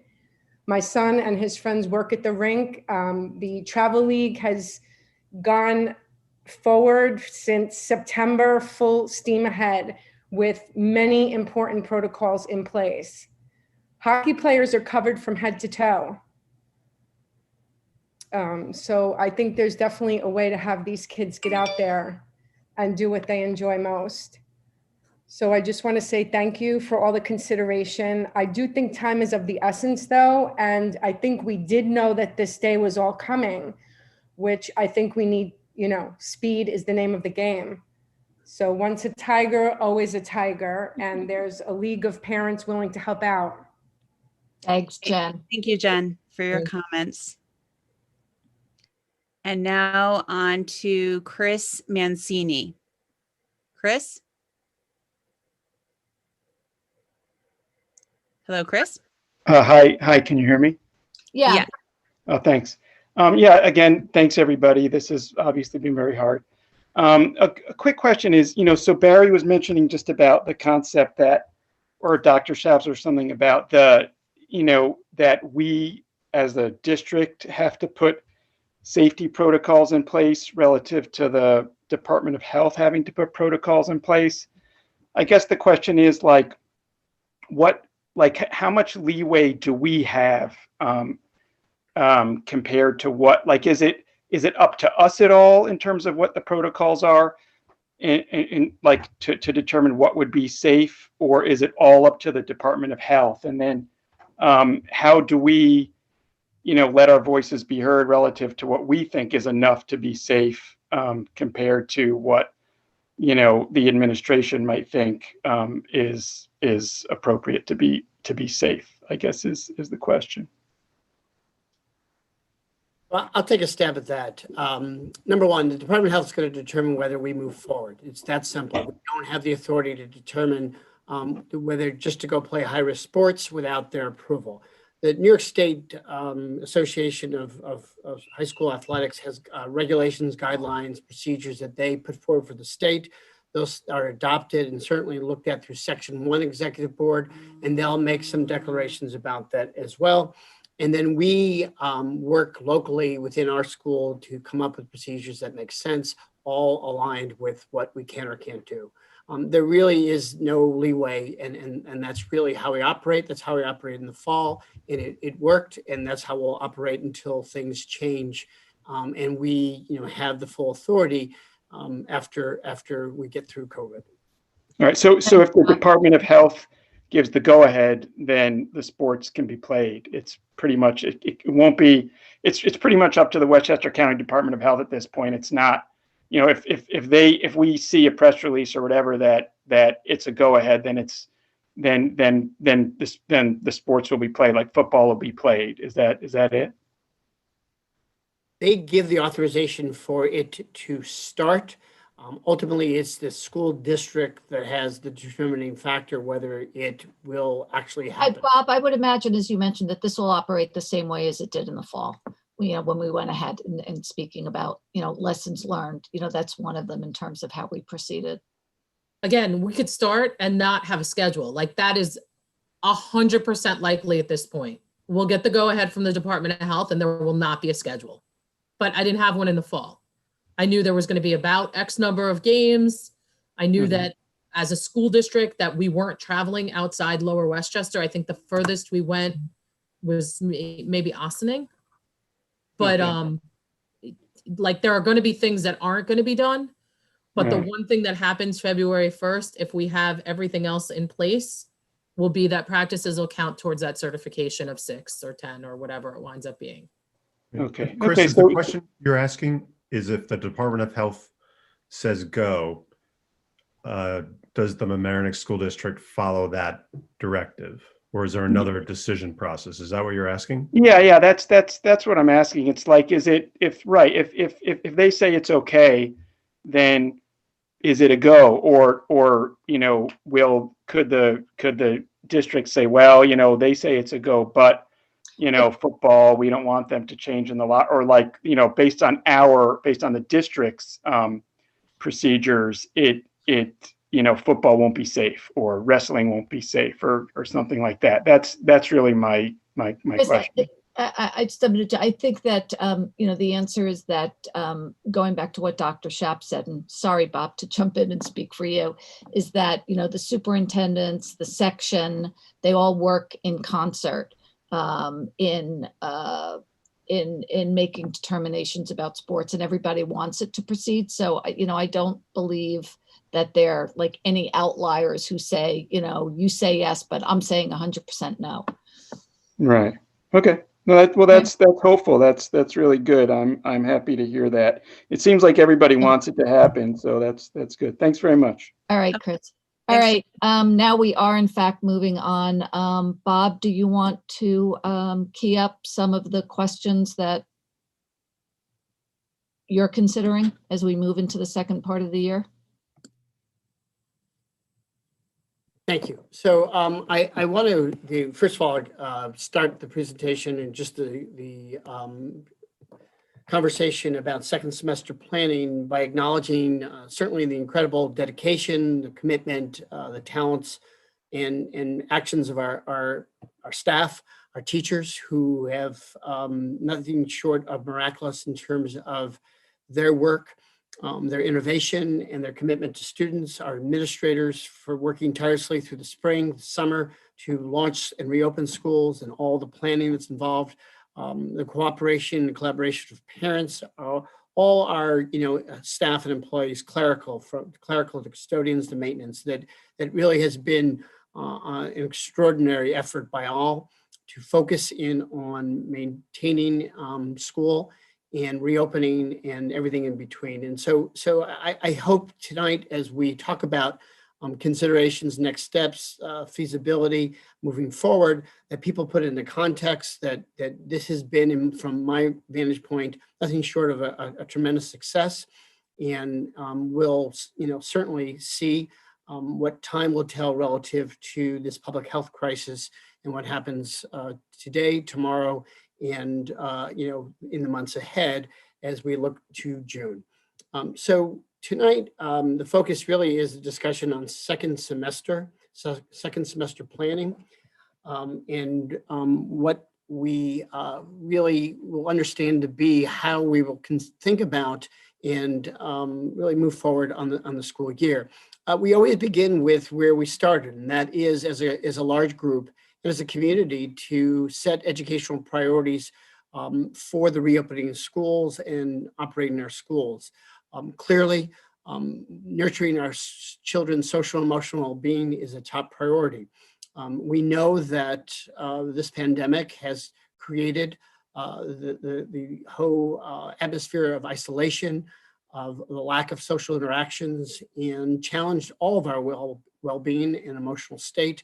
And so creating opportunities each day to focus on social and emotional well-being is a priority. We all agree that focusing on synchronous interactions, small group, small class size, whether it's in remote learning pods or in person, was important to us to really get to know our students and create that safe and intimate learning environment. We know that beginning last spring, there's a sense of loss of community. And so fostering community and belonging for all of our students, the youngest to the oldest, is critically important. I think as you see in the piloting this year at the secondary level of the advisory program, that creating communities is something that is very important to all of us. We talked about earlier in the year, in the fall, about how we were able to not only reopen our schools, focus on core instruction, but really provide a focus on diagnostic assessment and report on that and share that information with parents and to commit to that throughout the whole year. We realized that we needed to really focus in on grade level standards, content standards, to make sure that students are making academic progress. Clearly this year and year and a half has been about digital fluency and navigating the world of online learning and being a responsible citizen in that realm, not only in the here and now, but as a contributing citizen to the world. The one thing else I said in all my public statements, we have from day one focused on bringing students back to school as much as possible. And we're very proud of the fact that we've had school open pretty much every day and students coming to our schools 5 days a week. We feel that that level of consistency, routine, continuity is critically important. And we're very proud as being one of a handful of school districts that adopted an everyday schedule. And finally, the top priority for all, both staff and students and families, is creating and maintaining safe and healthy learning environments. And so that there's a lot there. And just as we touched on with athletics, we can, that one highlight or focus takes you down many roads in terms of planning, implementation, execution, and what I would say response, because we started school this year not knowing what the future would bring and reacting to our plans and making sure that we could adjust accordingly. And that sense of nimbleness is critically important. So tonight is really, in many regards, a mid-year check-in to really kind of talk with the board and the community about what we've learned, what we now know, what we've experienced, and just to highlight some of those things as we think about the second half of the year. First is we certainly know that we're capable of focusing on and developing plans for hybrid remote learning models and the complexity of asking and allowing for choice, of organizing learning, and then asking teachers to learn and in some ways engage in new practices and innovate and adjust has been nothing more than certainly a tremendous success. And it's ongoing adult learning as much as student learning that we concentrate on. We've now have some history on the transmission of COVID-19 within schools. We have that in our own district, we have it regionally, we have it statewide, and we've looked at the reporting as recent of today from the CDC. So there is some emerging data about transmission. The good news, I think from our perspective, is that the transmission in school seems to be limited relative to the broader community, though we'll talk about the data and just where we are in our thinking about the transmission rates and the positivity rates in schools. We know that managing school under a pandemic brings about the ongoing day-to-day kind of determinations around quarantine and how that impacts both staffing, our ability to keep schools open and have staff continue to work, but also what it means in terms of students' opportunity to come into school and or be quarantined over time. And we'll give an example of that as well. One of the things that has been on our minds and continues to be of concern is the disproportionality of impact on COVID, both the virus and the impact of remote learning on students of color and students in low-income homes. We know that a large number of our students are learning remotely, students of color and students of low-income families, and we know that that adds to the stress of learning. And it is our concerns about making sure that students all have the opportunity to learn and grow. And then we recognize, and it's been discussed about the obvious challenges for our families and our staff who are committed to coming to work and being prepared to deliver instruction each day while managing their own families, as well as our families and the challenges of our commitment to a 50% day in person and just all that goes with that. We now know and see the horizon relative to a vaccine program that is underway. I'm pleased that many of our staff were able to sign up for and participate in the vaccine through the Westchester County Center. And so we're looking to see where that goes. And then the question that remains is the virus, the advent of the variants. We've seen how that has played out recently in terms of transmission and what the future holds relative to operating and in dealing with the health concerns that we know are serious, are in some cases deadly, and need to really be in the front of our concern as we try to keep school moving forward.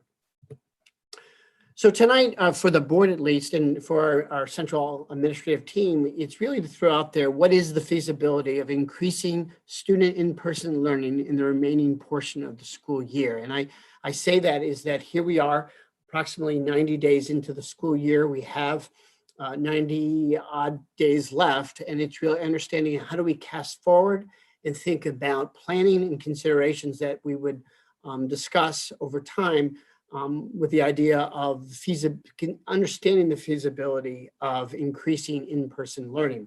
I think when we kind of put that guiding question out there, we need to recognize and understand the various and different issues that come into play for elementary students, early elementary students, and middle and high school students. And I know in conversations with my fellow superintendents that there's a focus and concern for all students, but at each level, there are reasons to consider why we could do everything possible to have various students at various levels come back into school before the end of the school year in June.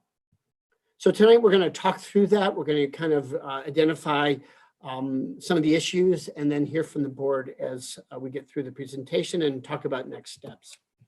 So I think the starting point for us has always been the public health and safety guidelines from both New York State, which came out in July, in Westchester County. And I think it's important we can debate and question and wonder, but the guidelines around social distancing, around wearing of masks, about preventative actions have been in place since the summer. And they guide all of our thinking around operations and decision-making about school. We built our schedule based on trying to provide adequate time for midday cleaning. We've reinforced, as Barry mentioned, attestations, daily monitoring.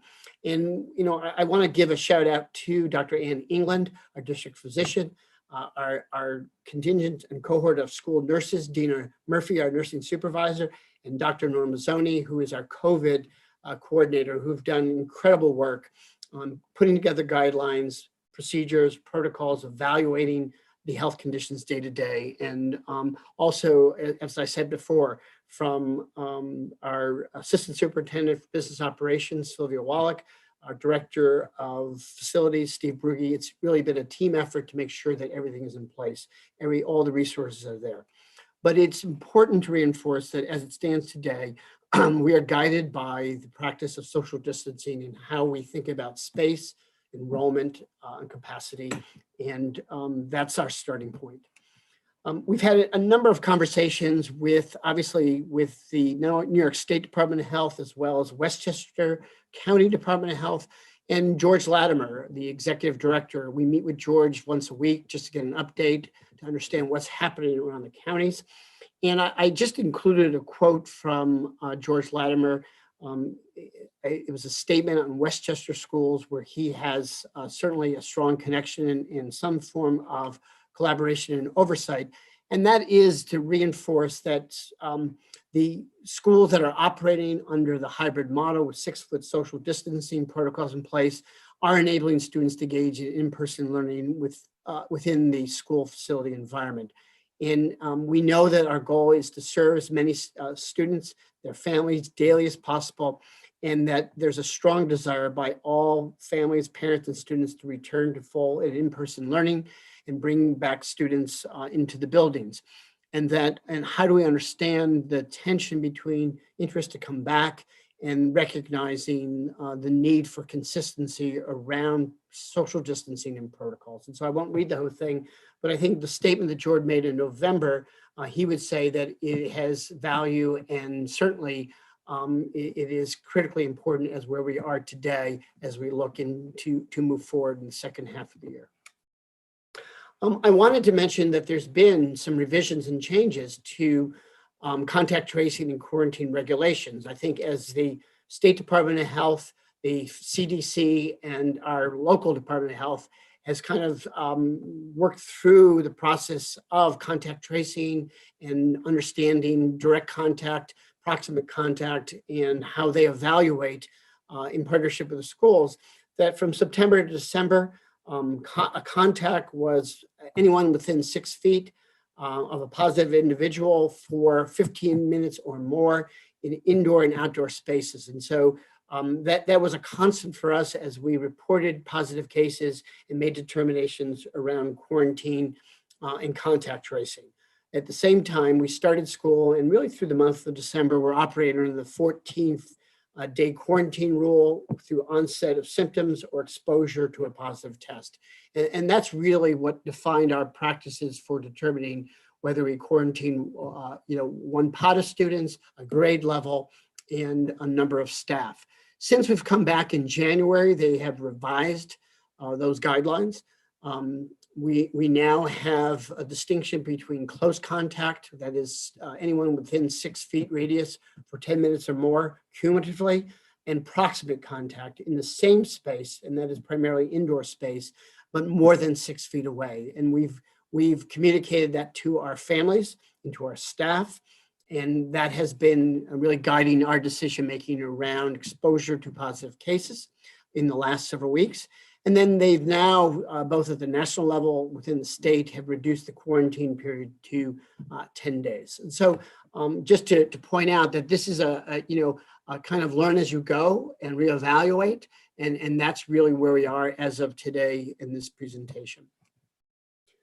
So when we think about the question of feasibility, and we talk about the second half of the year, we recognize that any consideration of making changes to our current model is really based on requisite conditions.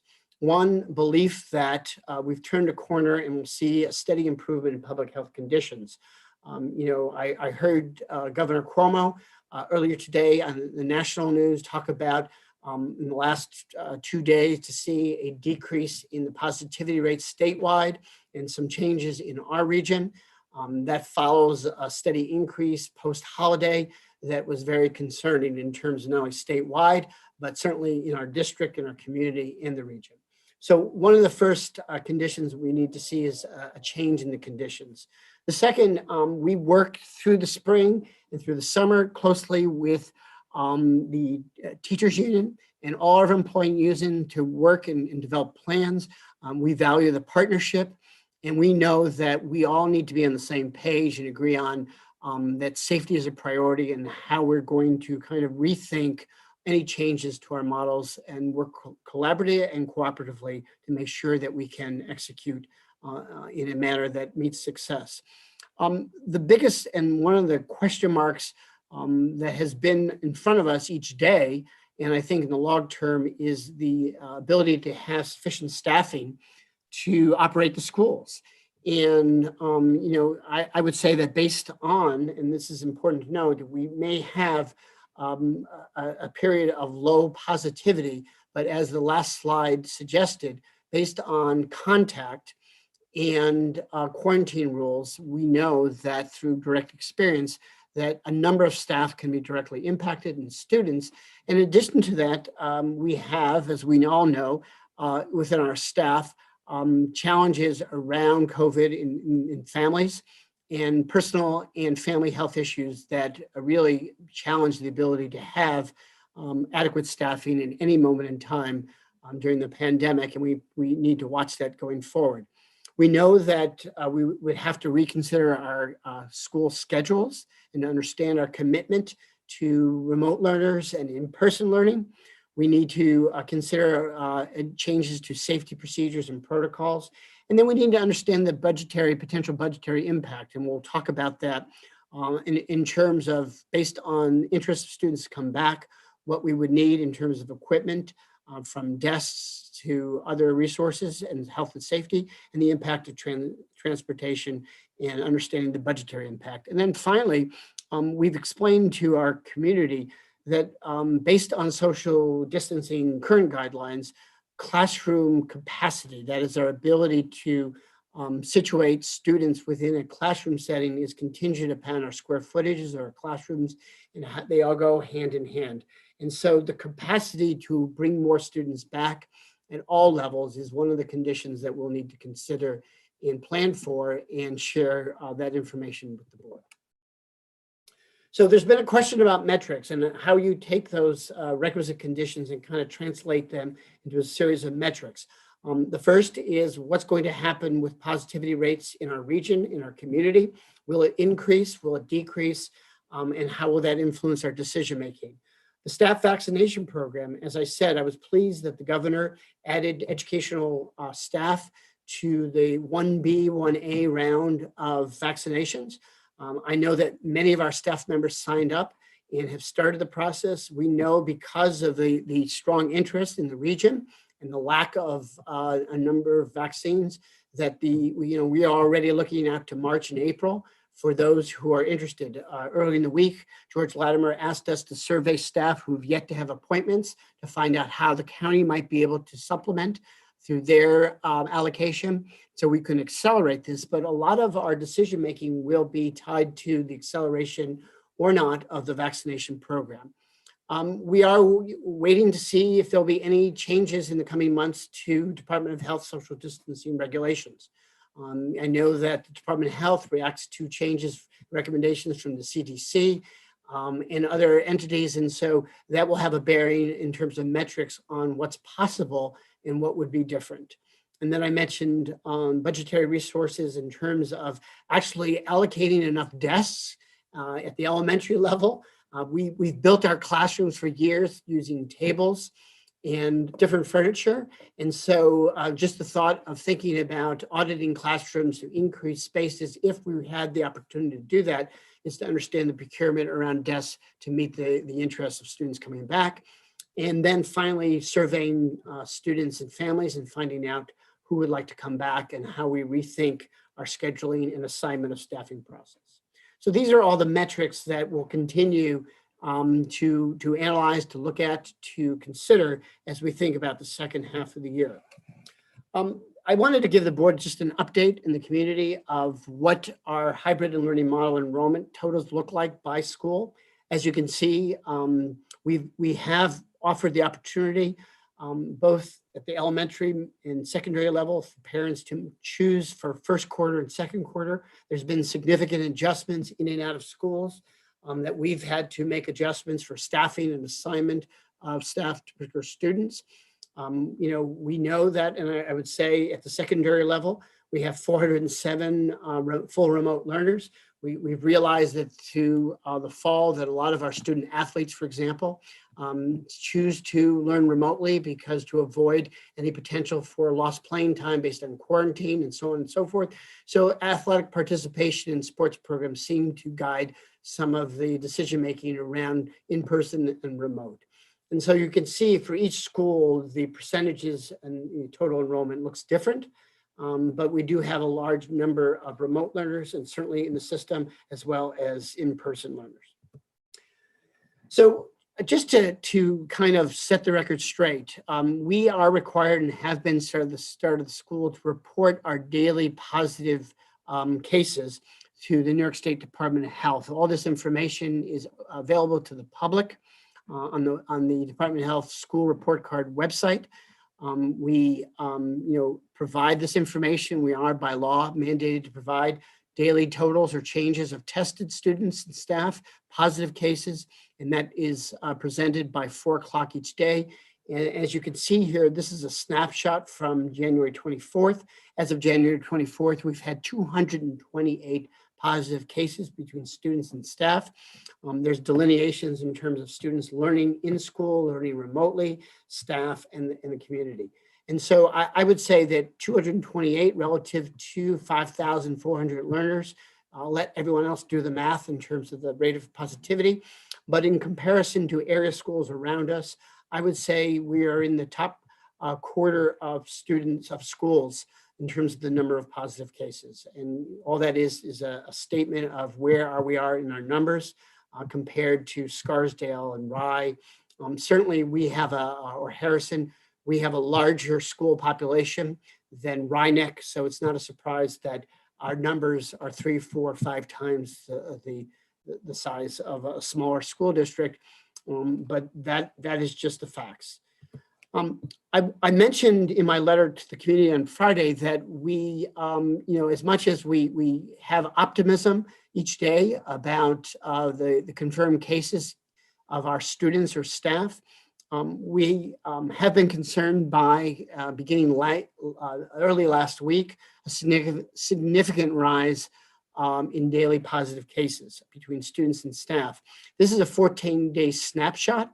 It includes the data for pool testing and anything going forward beyond the pool test results. As you can see, we've had 78, and I'd probably say after today, it's more closely to about 86 cases of students and 19 staff confirmed cases in that 14-day period. The 56 pending testing quarantine staff refers to confirmed cases within our schools where staff now are sidelined and quarantined and or because of their own personal medical issues are waiting test results in quarantine as well. So it's a combined combination. And you can see this is where the relationship between staffing levels and our ability to provide adequate staffing for learning is a challenge because we do have an active list of 56 staff members out of 500 certified staff now that are in some ways sidelined for COVID. Bob, just a quick question. The 56 number, does that include the 19 or is that separate? So you would add those No, together? I actually, I'm sorry, that may include confirmed cases, or actually it's not. It doesn't. If I'm correct, okay. It doesn't. Okay. It doesn't. So we're actually at 70. So we're actually at 75 teachers that are actually not teaching in school right now, correct? Well, they're waiting, they are dealing with that they are quarantined because of it, waiting for test results or because of their own personal medical situation, exposure to a positive case as well. Great, thank you.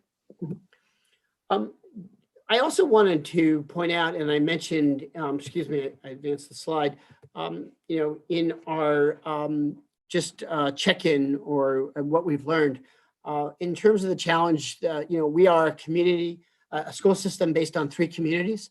We have students that participate across the communities in our schools.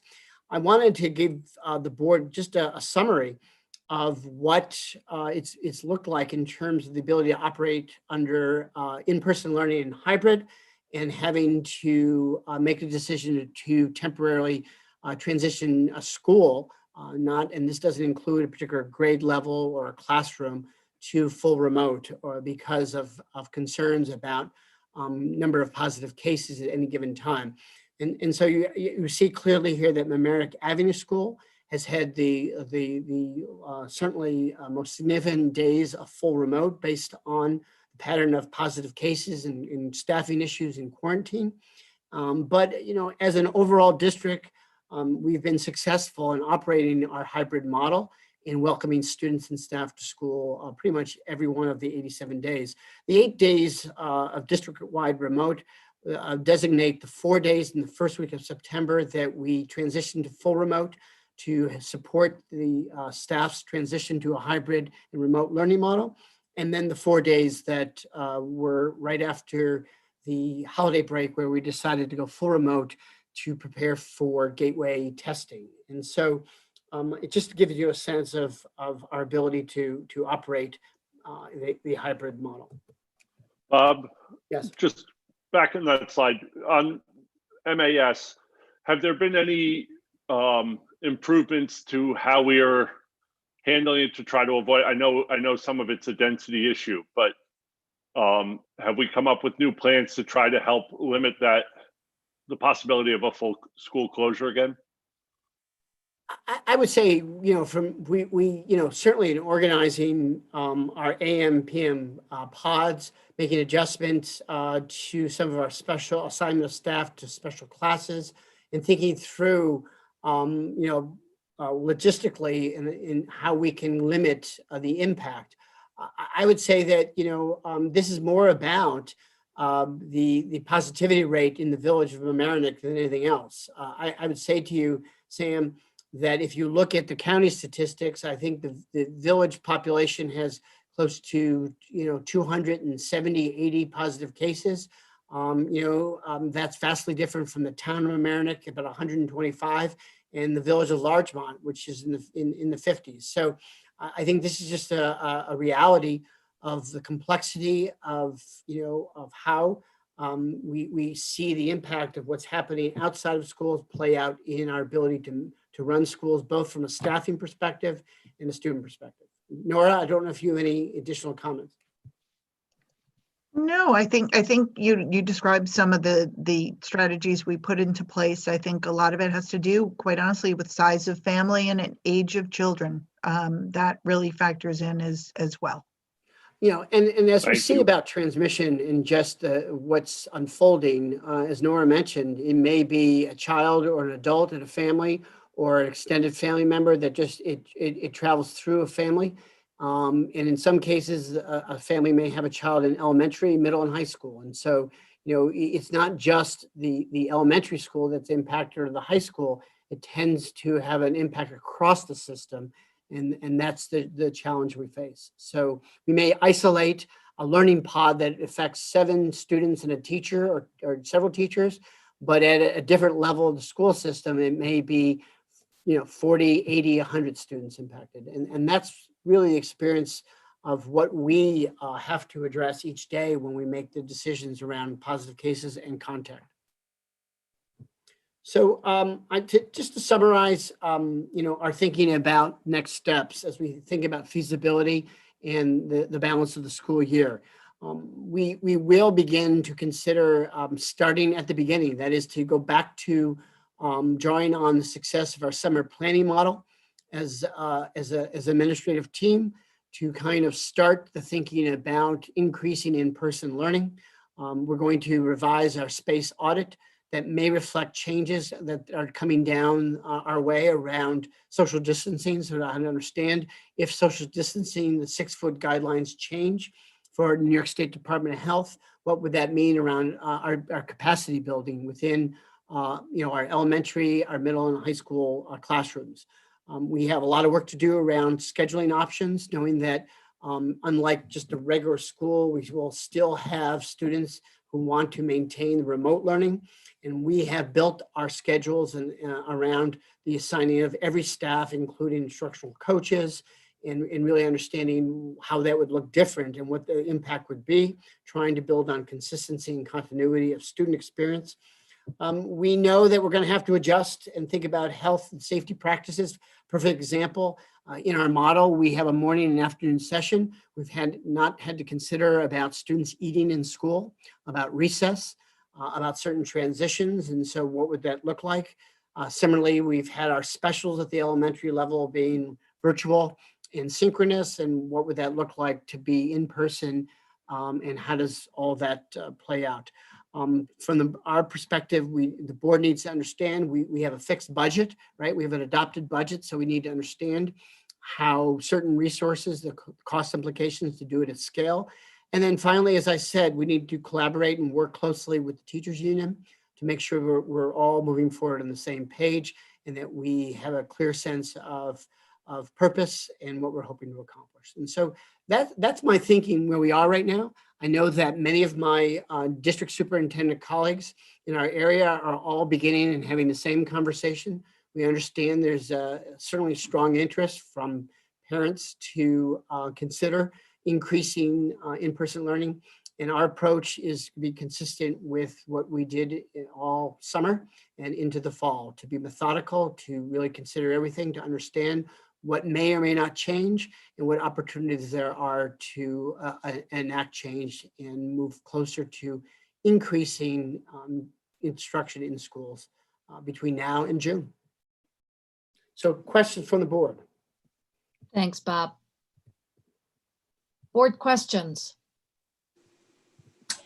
Bob, I have another question regarding, first of all, teachers have done an amazing job during these crazy times. I am curious as to, did you see an overall trend in absences from teachers sort of outside the realm of just COVID for perhaps other, Rena talked about it in her opening discussion about the pressures outside of COVID that have impacted our community. So go ahead, Nora.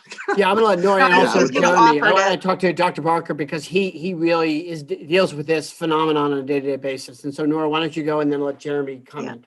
I was just going to say it's very hard to answer that question because every symptom of a daily ailment that we're used to ignoring is a COVID symptom. So when you err on the side of caution, you want to send a message to staff of, if you don't feel well, if you have a symptom, don't take the chance, right, of coming in and putting others at risk. So do we probably see more absence issues? Yes, but they're out of due diligence, caring, and following a prescribed protocol to keep others safe. So we're appreciative of that with our staff. And when in doubt, Jeremy and myself tell them, we want you to stay home. We want to know you're safe before you come into work. But the majority of those staff are at home teaching to the extent that they can, if they're well enough. And Jeremy, you want to add to it? Because then I have a few comments to make as well. I mean, Nora described it really well. And then we also have spent a lot of time navigating the different legislation that allows for leave time. Through December 31st, there was the federal leave. Now there's a New York Emergency Leave Act that employees can access. And we just work through it with employees. And I have to say, though, when employees haven't been identified with a COVID symptom or haven't been required to stay out, they've really been great understanding that it's important for them to be here. So I think our employees, by and large, have made every effort to be here because they know how important it is. Yeah, and I would say the complexity is, as Nora mentioned, each day we have issues related to symptoms of COVID. We have absences related to family absence and illness. We have, absences that are non-COVID related in terms of illness. So each day it really is a struggle to understand and evaluate where are our challenges around substitutes and ability to deploy subs across all 6 schools.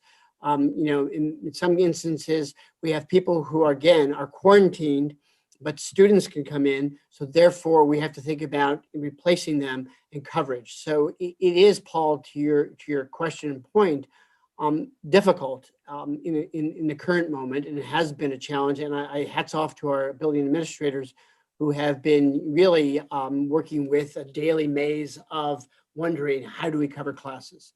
And how do we maximize in person and allow people remotely, and what's ahead of us as well, especially when we have a quarantine of large number of staff. And then it's about support staff and the impact of support staff and so on and so forth. So it is something that all districts are struggling with. And it is something that is a big question mark in our ability to make changes going forward. Bob, can you clarify? I think there's been a lot of questions and confusion over, Westchester was at the 6 feet always. And is it true that Long Island has been at 3 to 6 and that's why they've been able to function differently? So we get the feedback on how Long Island schools have been able to run at 3 this whole time, or what's sort of been the reality on that? So the decision was made early on, and I want to say that the 6-foot social distancing is the state's guidelines. Within that guidelines, it's been interpreted that if you are less than 6 feet in terms of distancing, 3 feet, there are certain, in addition to masks, that you need to provide for. And so it's my understanding some districts in Long Island that are less than 6 feet have purchased the desk dividers that provide that extra layer of separation in terms of protection that meets the state guidelines. I mean, essentially, that was a decision that we looked into in the beginning. We recognized that, number one, there was concerns about the impact of students' ability to participate in learning and lessons, and the quality of those dividers, and whether that students would be frustrated to be able to see from a distance, and these things have evaluated. I would say that, that is what we're, understanding that Long Island districts have kind of done in terms of decision-making. But with us, again, there are still simply some limitations to our classroom sizes that would even make do around the 3 foot with the dividers. So it's not as simple as a solution. We know that other districts, because they have declining enrollment and empty classrooms, have accomplished it different ways. But it's not easy for me to sit here to say today that if we went to 3 feet with dividers and invested in hundreds of thousands of dollars for that resource, that we still would be able to meet our goals to accommodate all of our children based on our class size, square footage.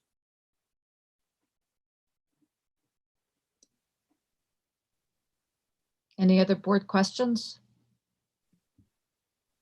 I just want to add to that if I could say, Christian, but Ariana, to your question, that is the work that, we'll continue to do. We are going to really look at auditing our classrooms and understanding how the 3 foot piece would have an impact. Thanks. Rena, I wanted to request an opportunity to ask my question after the community has had a chance to weigh in. Do they have any other questions? Wait, after the community, or? Yeah, if anyone has any other questions from that's on the call. Well, no, what we do is that we have the board members ask questions. Then I will read the public participation at board meetings, which I didn't do the last time, and we'll move to the public part.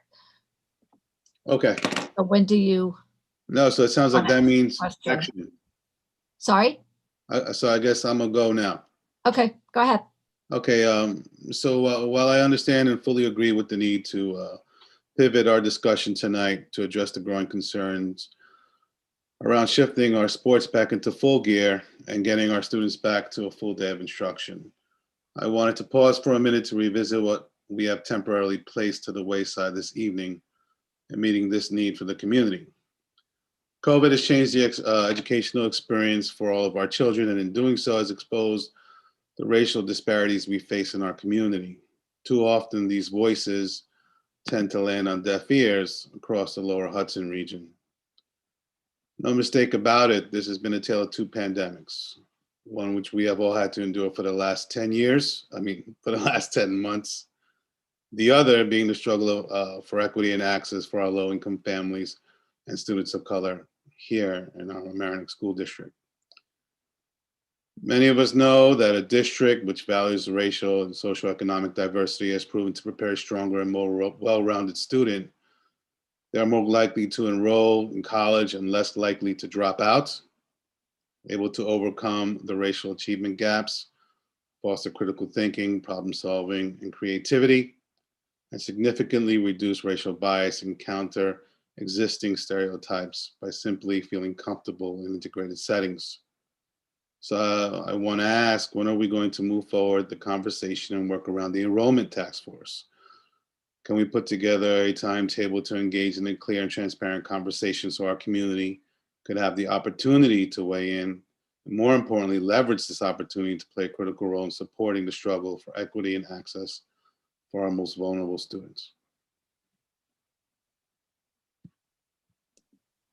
Thanks, Christian.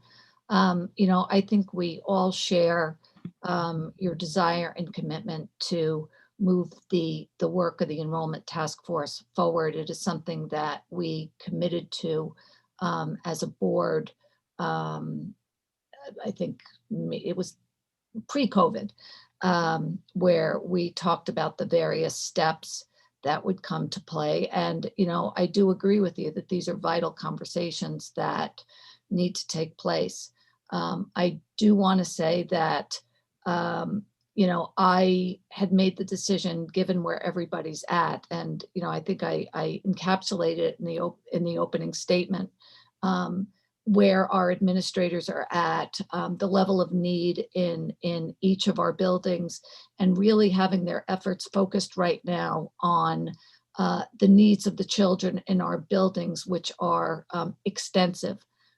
This is a heavy lift. That's not to say that we shouldn't be willing to make that lift. It is something we're committed to doing absolutely. COVID has interrupted a lot of things. I am very happy is the wrong word. I am, really looking forward to the presentation by the district equity team, which is going to be in 2 weeks, to talk about the work that they've managed to advance. And while I can't give you what a timeline will be, I can tell you that as someone who not only sits on this board, but was also involved with all of the work of the enrollment task force from start to finish, that we want to give it the time, attention, and bandwidth that it truly deserves. So I'm not sure if that answers your question, but. Thank you, Rena. I think it's an urgent matter. Families are in this struggle as we speak, and I'm looking forward to this conversation happening sooner rather than later.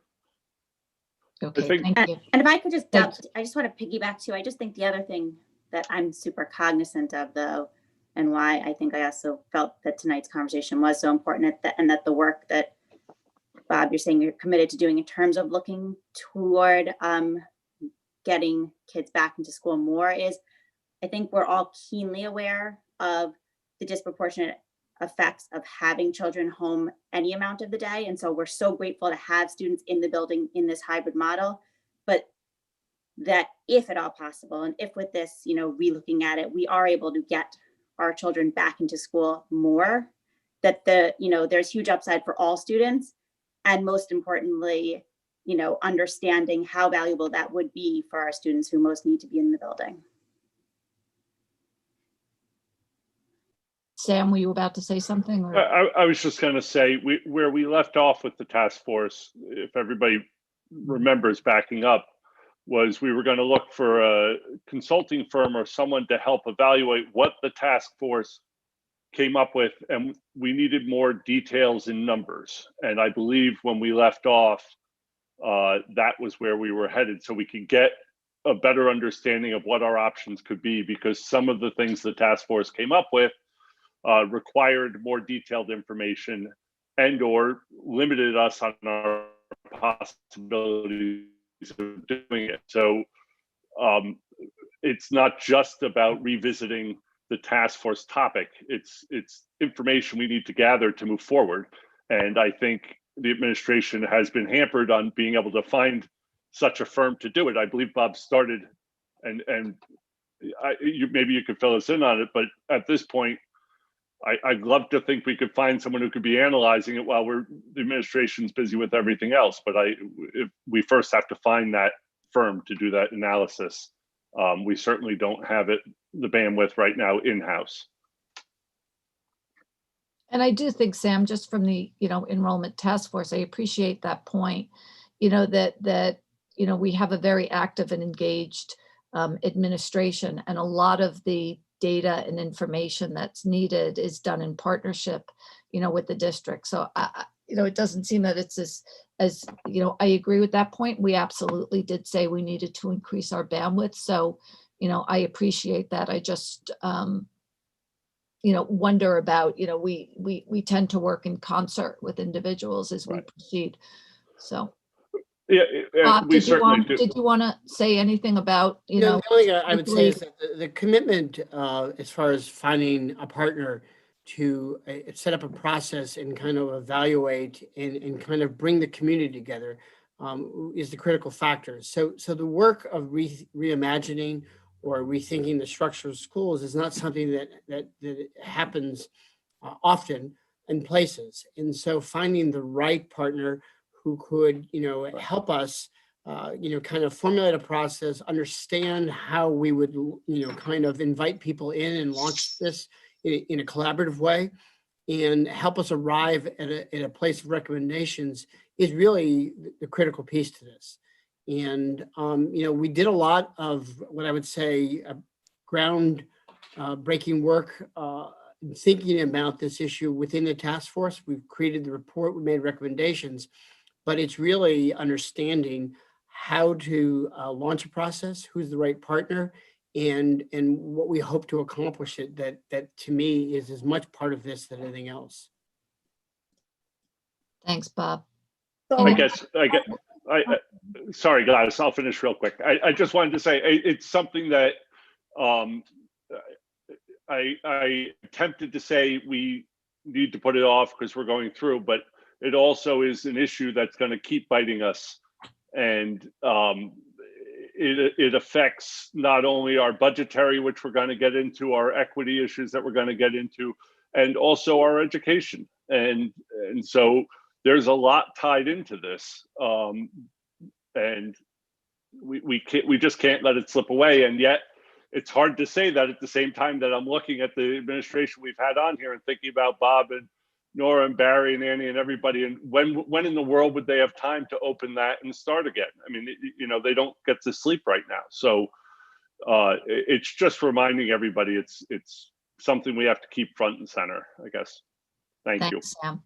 Thanks. All right. Anybody else? Yeah, no, I just want to say that absolutely the DET integrate some recommendations from the task force. If you are not wrong, Annie and Bob are part of the advisory, you can correct me. But one of the goals of the DET is related to the re-enrollment, the third goal of the DET. And when the DET is going to present it in 2 weeks, I think that we as a board should take the conversation really serious. It's something that we've been discussing for years. And this is the moment, I think. Actually, Bob started today his presentation identifying how this pandemic is really affecting the students of color more and the low-income students as well. And there are a lot of studies that showing how integrations of the schools helping students in another level. So this can be even a strategy to help this damage from the pandemic. It's something to explore. So I really invite this conversation take like a serious place in the short future. And I totally support you, Christian, with your question. Thank you, Gladys. So, but I'm sorry I'm being annoying. I had another question. Oh, go ahead. Not annoying at all. Go ahead. Yeah. Or more than question is to Bob, the administrators, and to the board, what we can do really to open the schools or to get the students more days in the school. I know that there is a health concern and it's a lot of fear around it. But for me, it appears like the cure or the prevention strategy that we are using is getting worse than the virus.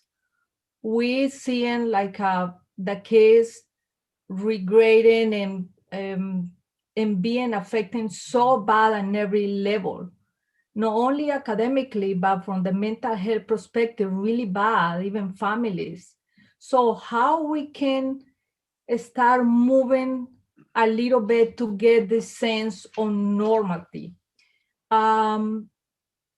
there are students, I want to maybe find it and send it into you guys, that they show how the transmissions of the virus did not happen in the school.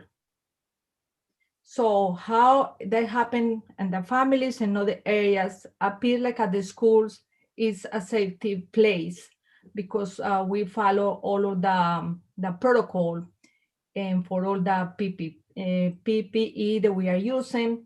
So how we can move, or this is just, I'm so concerned that we prolong this isolation in this remote learning. I know that you're offering a hybrid, but still, it's still hard. We are not in a normal conditions. How we can move a little bit close and to have maybe one more day, or I don't know, 4 days in school. I just want to put this there for everybody. They are here in the meeting tonight. Thanks, Gladys. Yeah, I mean, as I said at the beginning, you know, we just want everything back and figure out a way to do that. I'm going to move. I didn't read our public participation at board meetings previously.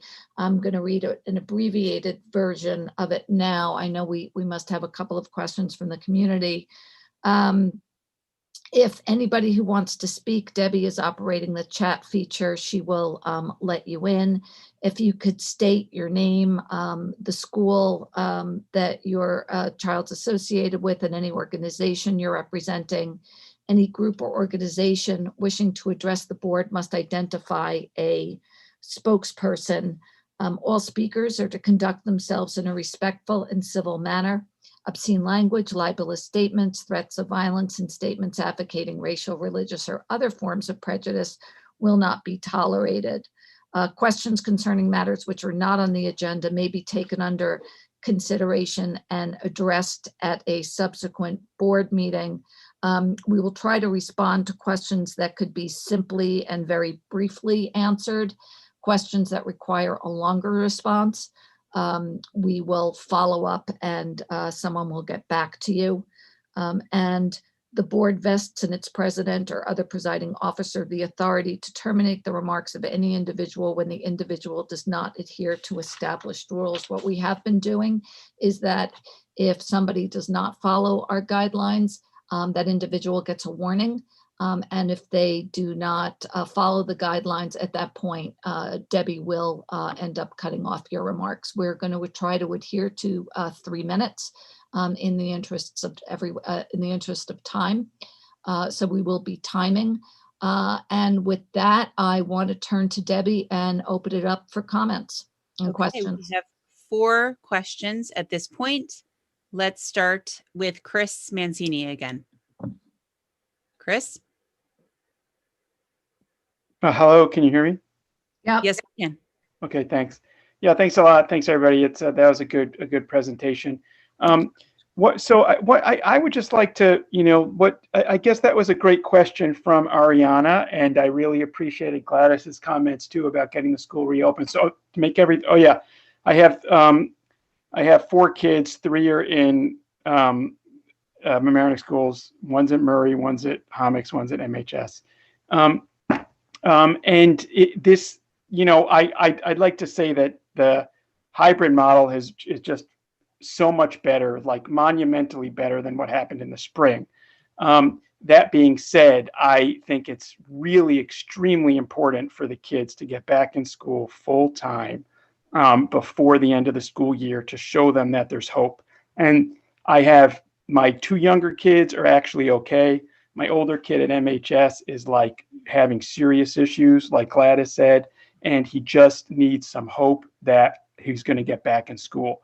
It's extremely important. And so I thought Ariana's question was fantastic. I didn't know that in Long Island they were going to 3 feet. And at the beginning of this whole thing, when the state put out guidance, I went through the guidance with a fine-tooth comb. And I wrote numerous emails to the board saying that we should do stuff to put up like barriers and things like that, because it seemed like that was allowed in the guidance. And I mean, the pushback that I got was that it's just not possible and this and that. And it seemed like there was like there wasn't a desire to do it. It was almost a pushback of we need to be at 6 feet.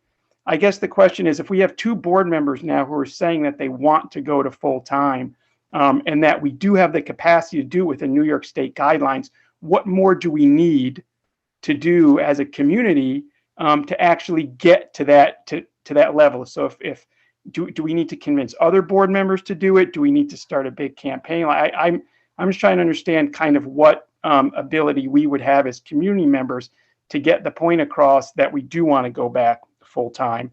And because my question was going to be, do we have any, again, leeway under New York State guidelines? But it seems like, based on Ariana's question, that we do. So I guess my first question is, can we in fact get back full time if we do put up barriers, number one? And number two, or close to full time, like Dr. Schaap said. Number two, what do we do to kind of get the board to get moving in that direction? It seemed like 2 board members are very vocal in wanting to do that.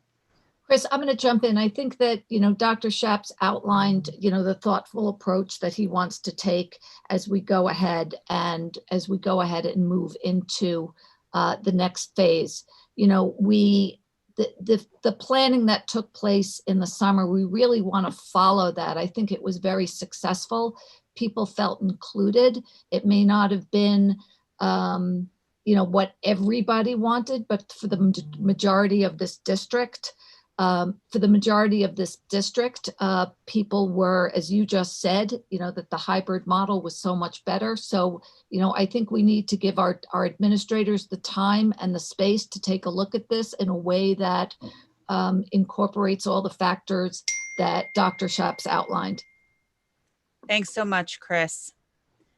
Now we're going to move on to Chris Gerosa.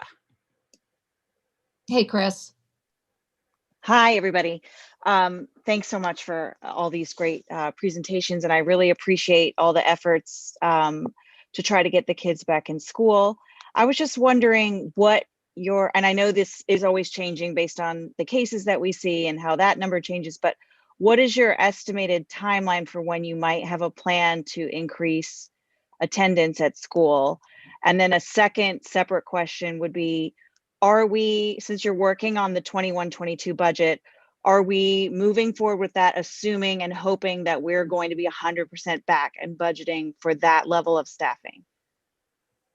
Bob, you want to take I got to answer both questions. One, there is no timeline right now, Chris, in terms of consideration. I think what I've tried to say is that we need to start to do the planning work, understand the potential for changes, do our homework and understanding about space and capacity, the impact of staffing that we have and budgetary, and continue to come back to the community and the board and talk about possibilities. This is aspirational in some ways. We do want to consider any way possible to increase in-person learning. And I really am not here to commit to the board today and or the community about any kind of timeline. We have 90+ days left, and each day we're going to kind of advance the work and understand the factors, the variables, and the possibilities. And that's, the best answer I can give. I want to also remain positive that we'll start September with a regular return to school.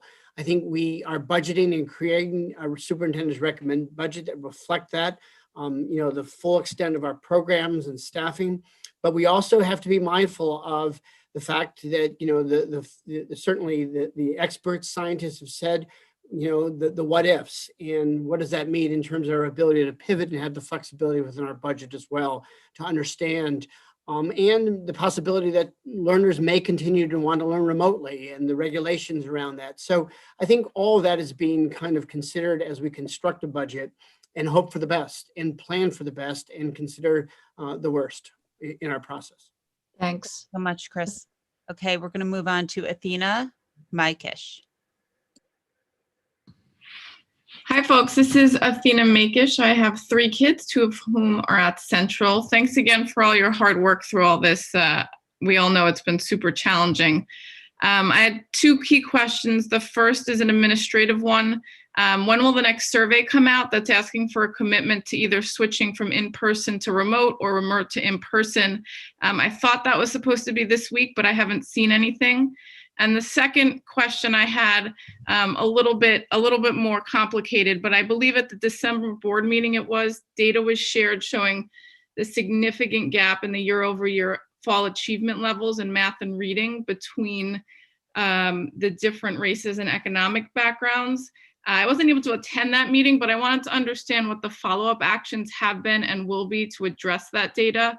The gaps were actually even worse than I expected, and I wanted to make sure we're not waiting and that actions are being taken today, yesterday, as well as the spring and the summer. So I'm going to defer to Ms. Ward about the second question, but we are meeting with our principals. We had a conversation today about the timeline for rolling out requests for changes for the third, I would say, quarter. We've yet to hit the halfway mark or finish officially the second quarter, but that work is in process. So the principals will have the opportunity to share that information shortly. Thanks, Bob. Sure, and I can pick up on the other piece of Athena's question. Yes, Yeah, and it may merit a much longer answer. So Athena, just bear with us because, as you said, it's a complicated question with a lot of layers to it. So Annie, would you like me to address it, Rena? Yes. Why don't you start addressing? Okay. So through the spring, as we were closing, one of our immediate concerns was to figure out how we might mitigate what we expected to be this long-term closure, mitigate the impact. And we did that in a variety of ways through the spring, sending materials home. A tremendous number of books were actually mailed to homes of students who are eligible for free and reduced lunch, a lot of math materials, puzzles, games, et cetera, in addition to that.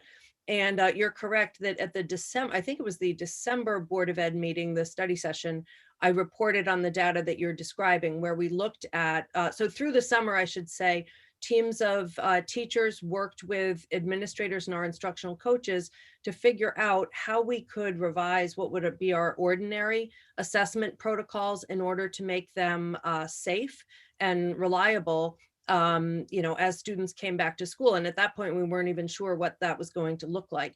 So as we reopened in the hybrid model, as I reported, we did conduct assessments of all elementary children in both reading and writing and math.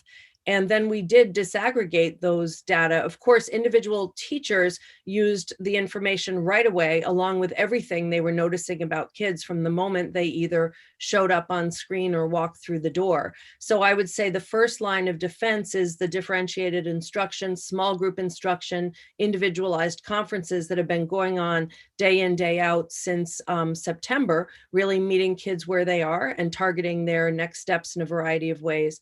But as a system, we absolutely look to determine what level of overall, regression or learning gap might we be seeing.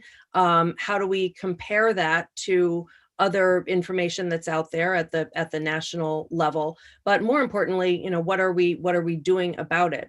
So beyond the small group instruction and individualized instruction that teachers are providing, we have our team of academic intervention service providers in both literacy and math have been conducting small group intervention work, often by Zoom. So, often in the part of the day that kids aren't there, so that those interventions are supplementing rather than supplanting, not taking the place of the time that kids are importantly with their teachers in classrooms, but in the other parts of the day. And we are actually seeing, in many cases, students making accelerated gains.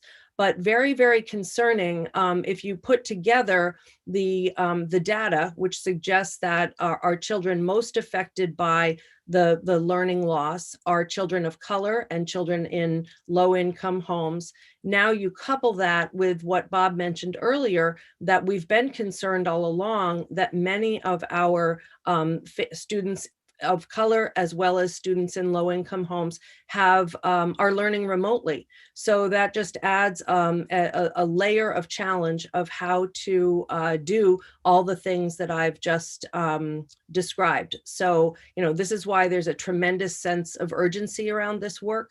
And it really presents itself as a formidable and an ongoing challenge that we're meeting very aggressively. Athena, appreciate your questions. We're going to move on to Andreen Smith. Good evening. Hey, Andreen. Hi, how are you? This is Good. Andreen Smith. Good to see you all. Actually, I had a very similar question to Athena, so I'm going to make a comment and then ask a different question. I just wanted to say that I fully supported the statement that Christian made regarding the need to take a look at enrollment issues again. And I fully understand the perspective that we might need to focus elsewhere first in terms of COVID-19. However, I just wanted to state that my recommendation would be that there needs to be sort of a comprehensive system-wide view of everything that impacts equity issues, one of which is COVID. And so you can look at those things together so they can start to see what the impact is across the entire district, rather than picking out pieces piecemeal and saying, this is the impact here, this is the impact here, this is the impact here. Because when you do that, you miss the chance to see patterns and trends that might be throughout the entire process. So just wanted to say, Christian, thank you so much for bringing up that point. I was excited to hear that, and I fully support it in moving forward. And then my question, I guess, is more related to the DET team. I'm wondering whether or not a budget has been set aside to implement any recommendations that they put forward to the board. What's the plan there in terms of how that's going to be addressed? Andreen, I think that is the plan for, in 2 weeks when the DET presents. So that's something that I think is going to be discussed both in a couple of weeks, and then will be rolled into the budget process. Okay. Thanks, Andreen. Now on to Diana Levitt. Hello, my name is Diana Levitt, and I'm a Murray and an MAS parent. And I want to thank Christian and Gladys for raising the issue of inequality and the disproportionate impact of COVID on communities of color. We've seen that certain student groups have suffered more than others.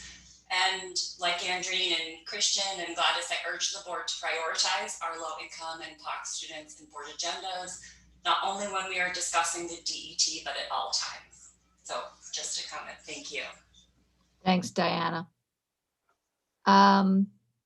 Is that any other questions? Yes, there are a couple others. We have Courtney Stanley. Okay, Courtney, go ahead. Let her in. And Debbie, we're after Courtney and the question after Courtney, we're going to close down the public comments. Okay, I think we just have one more after Courtney. Right, after the one after Courtney. Yep. Hey, Hi there. Courtney. Hi, good evening. Thank you so much for this update. It's a bit of a piggyback, but I also sort of just hoping to get some clarity that, just it's obviously, it's so clear when you look at the school closures data that, MAS, which has I guess I was looking at the high school. The high school has more than double the number of students, and yet they have only had a few days of closure.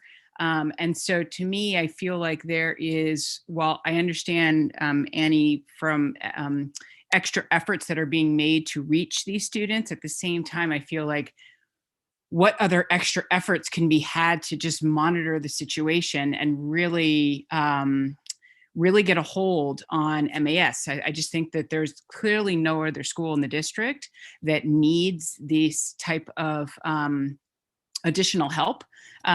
So to me, the idea of just saying, well, okay, well, the village numbers are up, so therefore, that's sort of like the reason. We need more than that. We know that village numbers are up, and probably the village numbers will always be higher than the town or the village of Larchmont. And so it's sort of like we just sort of saying like we have to be okay with that. It's like we just can't. We like what else can be done? Can pool testing be done for MAS? Like I know every school should have this ability, but no other school is in this sort of situation.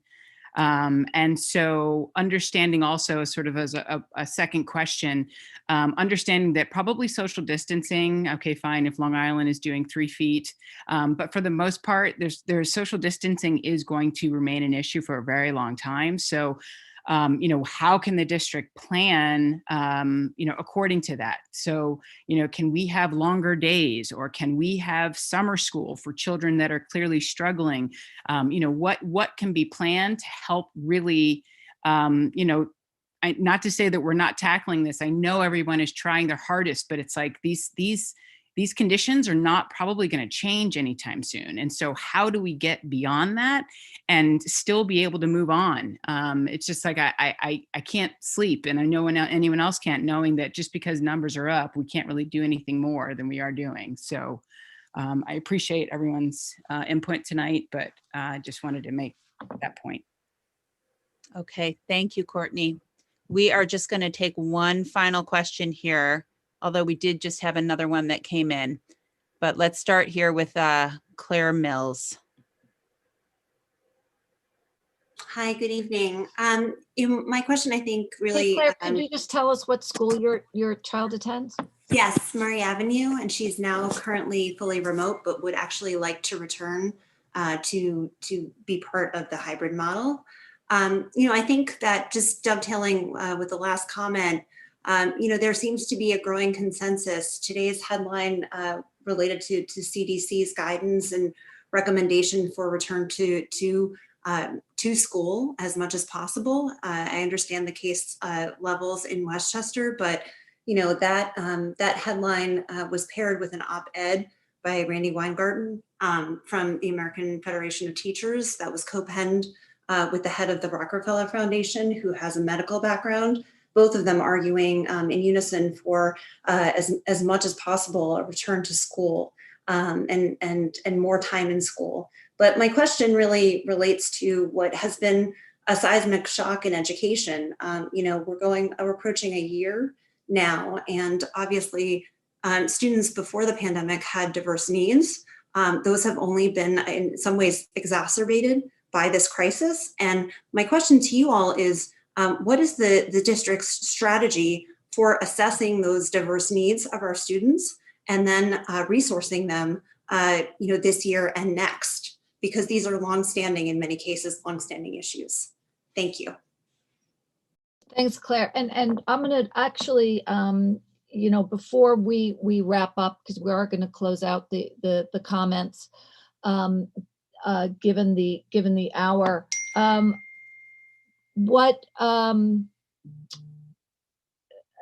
Actually, let's, okay, if it's one more, fine, just one more, and then we will close it. I want to turn back to Nora. I have the privilege of listening in on some of the meetings that Nora conducts with many of our district social workers, counselors, psychologists, and she can speak a little bit to some of the work that's being done. To Courtney's point, I would hate for us to leave, with those sort of lingering questions, and knowing how much is being done and how much our staff and educators are thinking about these points. I would be doing them a disservice not to let Nora shine a light on some of that work. So Nora, do you want to briefly speak to it? Sure. I'll just be brief on 2 points. But the first, I just wanted to talk about I think the question of what else can be done in terms of monitoring the health of children, taking away from the mental health, the physical health. I think that's the biggest question. And that was one of the big ideas that I actually spoke about when we spoke with the board last time. The need to align the nursing support, the medical guidance, et cetera, more appropriately with our more diverse schools. But I think it's important to know what is being done right now so you can appreciate it. And I can't even do it all, just credit, but Madeline Lucas, who has been amazing as the MAS nurse, literally keeps a detailed database of every child that has a symptom, every family member that has a symptom, and gets on the phone and tracks every child every day. And these are hundreds of kids she's tracking regularly, calling to check on their welfare, telling them next steps when they're not even COVID positive yet, and providing resources. And Dina Reynoso has worked so closely with her. And Neil, of course, Neil and Sandra, the building administrators, have been on the phones 24/7. So I have to say that the dedication that they're putting in to go the extra mile to get everything to these families and help them keep well has been quite remarkable. Can we do more? Do we want to do more? Absolutely. From the mental health perspective, and I touched on this last week also, our district-wide crisis team has been meeting either bi-monthly or now also starting weekly to really talk about how we're going to assess the needs of the mental health needs of kids and what kinds of supports to put in place. And we've gotten to the point where we really have now identified three major tenets. One, around conducting a needs assessment that covers all stakeholders, all schools. How do we go about that? What are the mechanisms we can use? And how do we take the structures that are in place in our schools, whether hybrid or full-time, and amplify them and put things in place that are more universal interventions that can help kids and staff collectively and individually take steps to heal. And it's really about, it's about common interventions that can affect groups, large groups of people, right? Because it's not, we can't do it all individually. But there's tons of details that we're going to be thrilled to share with everybody. It's been an incredible think tank. And as I said, we're going to continue to keep at it and bring back some real palpable next steps to the community. Let's Thanks, get to Nora. Okay. final question. Final question. And Alyssa Kelly. Hi, good evening. Can you hear me? Yes. Great. Hi, everyone. Thank you so much for this presentation tonight. It was extremely helpful. And I appreciate that this is a very complex topic, one that's filled with a lot of emotion. And I do appreciate how much you all have to deal with and think about as you think particularly about logistics around moving our kids back to full time. I guess I have a question that's in two parts and a bit of a concern as well. The first is around timing, and Dr. Shaps, I know that you indicated that this is something that you need to evaluate and look at. I was under the impression, and perhaps mistakenly, that the board and yourself had been looking at options for moving full-time pretty much from the beginning of the school year in anticipation of a moment in time where we might be able to do that. So I'm a little bit confused as to how we might sort of be back at ground zero in terms of contemplating that. And as you note, we only have about 90 days left in the school year. And so, if this were to take a significant amount of time to reevaluate, where does that really leave us? And are we only talking about another month or two back full-time before the end of the year? And then secondly, and as I'm sure you've heard from a lot of parents in the elementary schools this past week, myself included, there is some concern about that population being particularly vulnerable to the issues that we're facing with homeschooling, and the numbers in those schools being particularly low as compared to high school and middle school. And will there be an attempt to focus on what can be done for that population, not, of course, to the exclusion of our high schoolers or middle schoolers, but perhaps in a more expedient fashion, given that it might be simpler when you think about the fact that they're in the same classroom every day in the same schools, and it might be less complex than dealing with the movement among middle schoolers and high schoolers. I just want to give a quick answer to multiple questions. One, it's not a factor of being ground zero. Our focus has been since the summer is reopening our schools and adopting a hybrid model with no expectation that there could be the possibility of any change dependent upon the circumstances of this public health crisis. Our focus has always been to provide options for learning within a pandemic and to maximize, and as I started this presentation, our educational priorities and to meet the needs of children. We've always been trying to remain optimistic about changing conditions and variables. And tonight I've tried to lay out the multiple variables and conditions that we need to consider and the work that we would have to do. We're always doing work and reflecting on possibilities. I think now, again, because we have a vaccination program, because we feel we might be turning some corner around the regional positivity rates, these things in some ways propel us forward to start to do the work and analyze, and then come back to the board and consider what level makes sense within consideration. There are rationale you can make for high school students, you can make for middle and for elementary. And so these things will all be discussed and considered, and there'll be conversations going forward. Thank you, That's the Bob. best I can say at this point. Sorry, thank you. Thank you for that answer.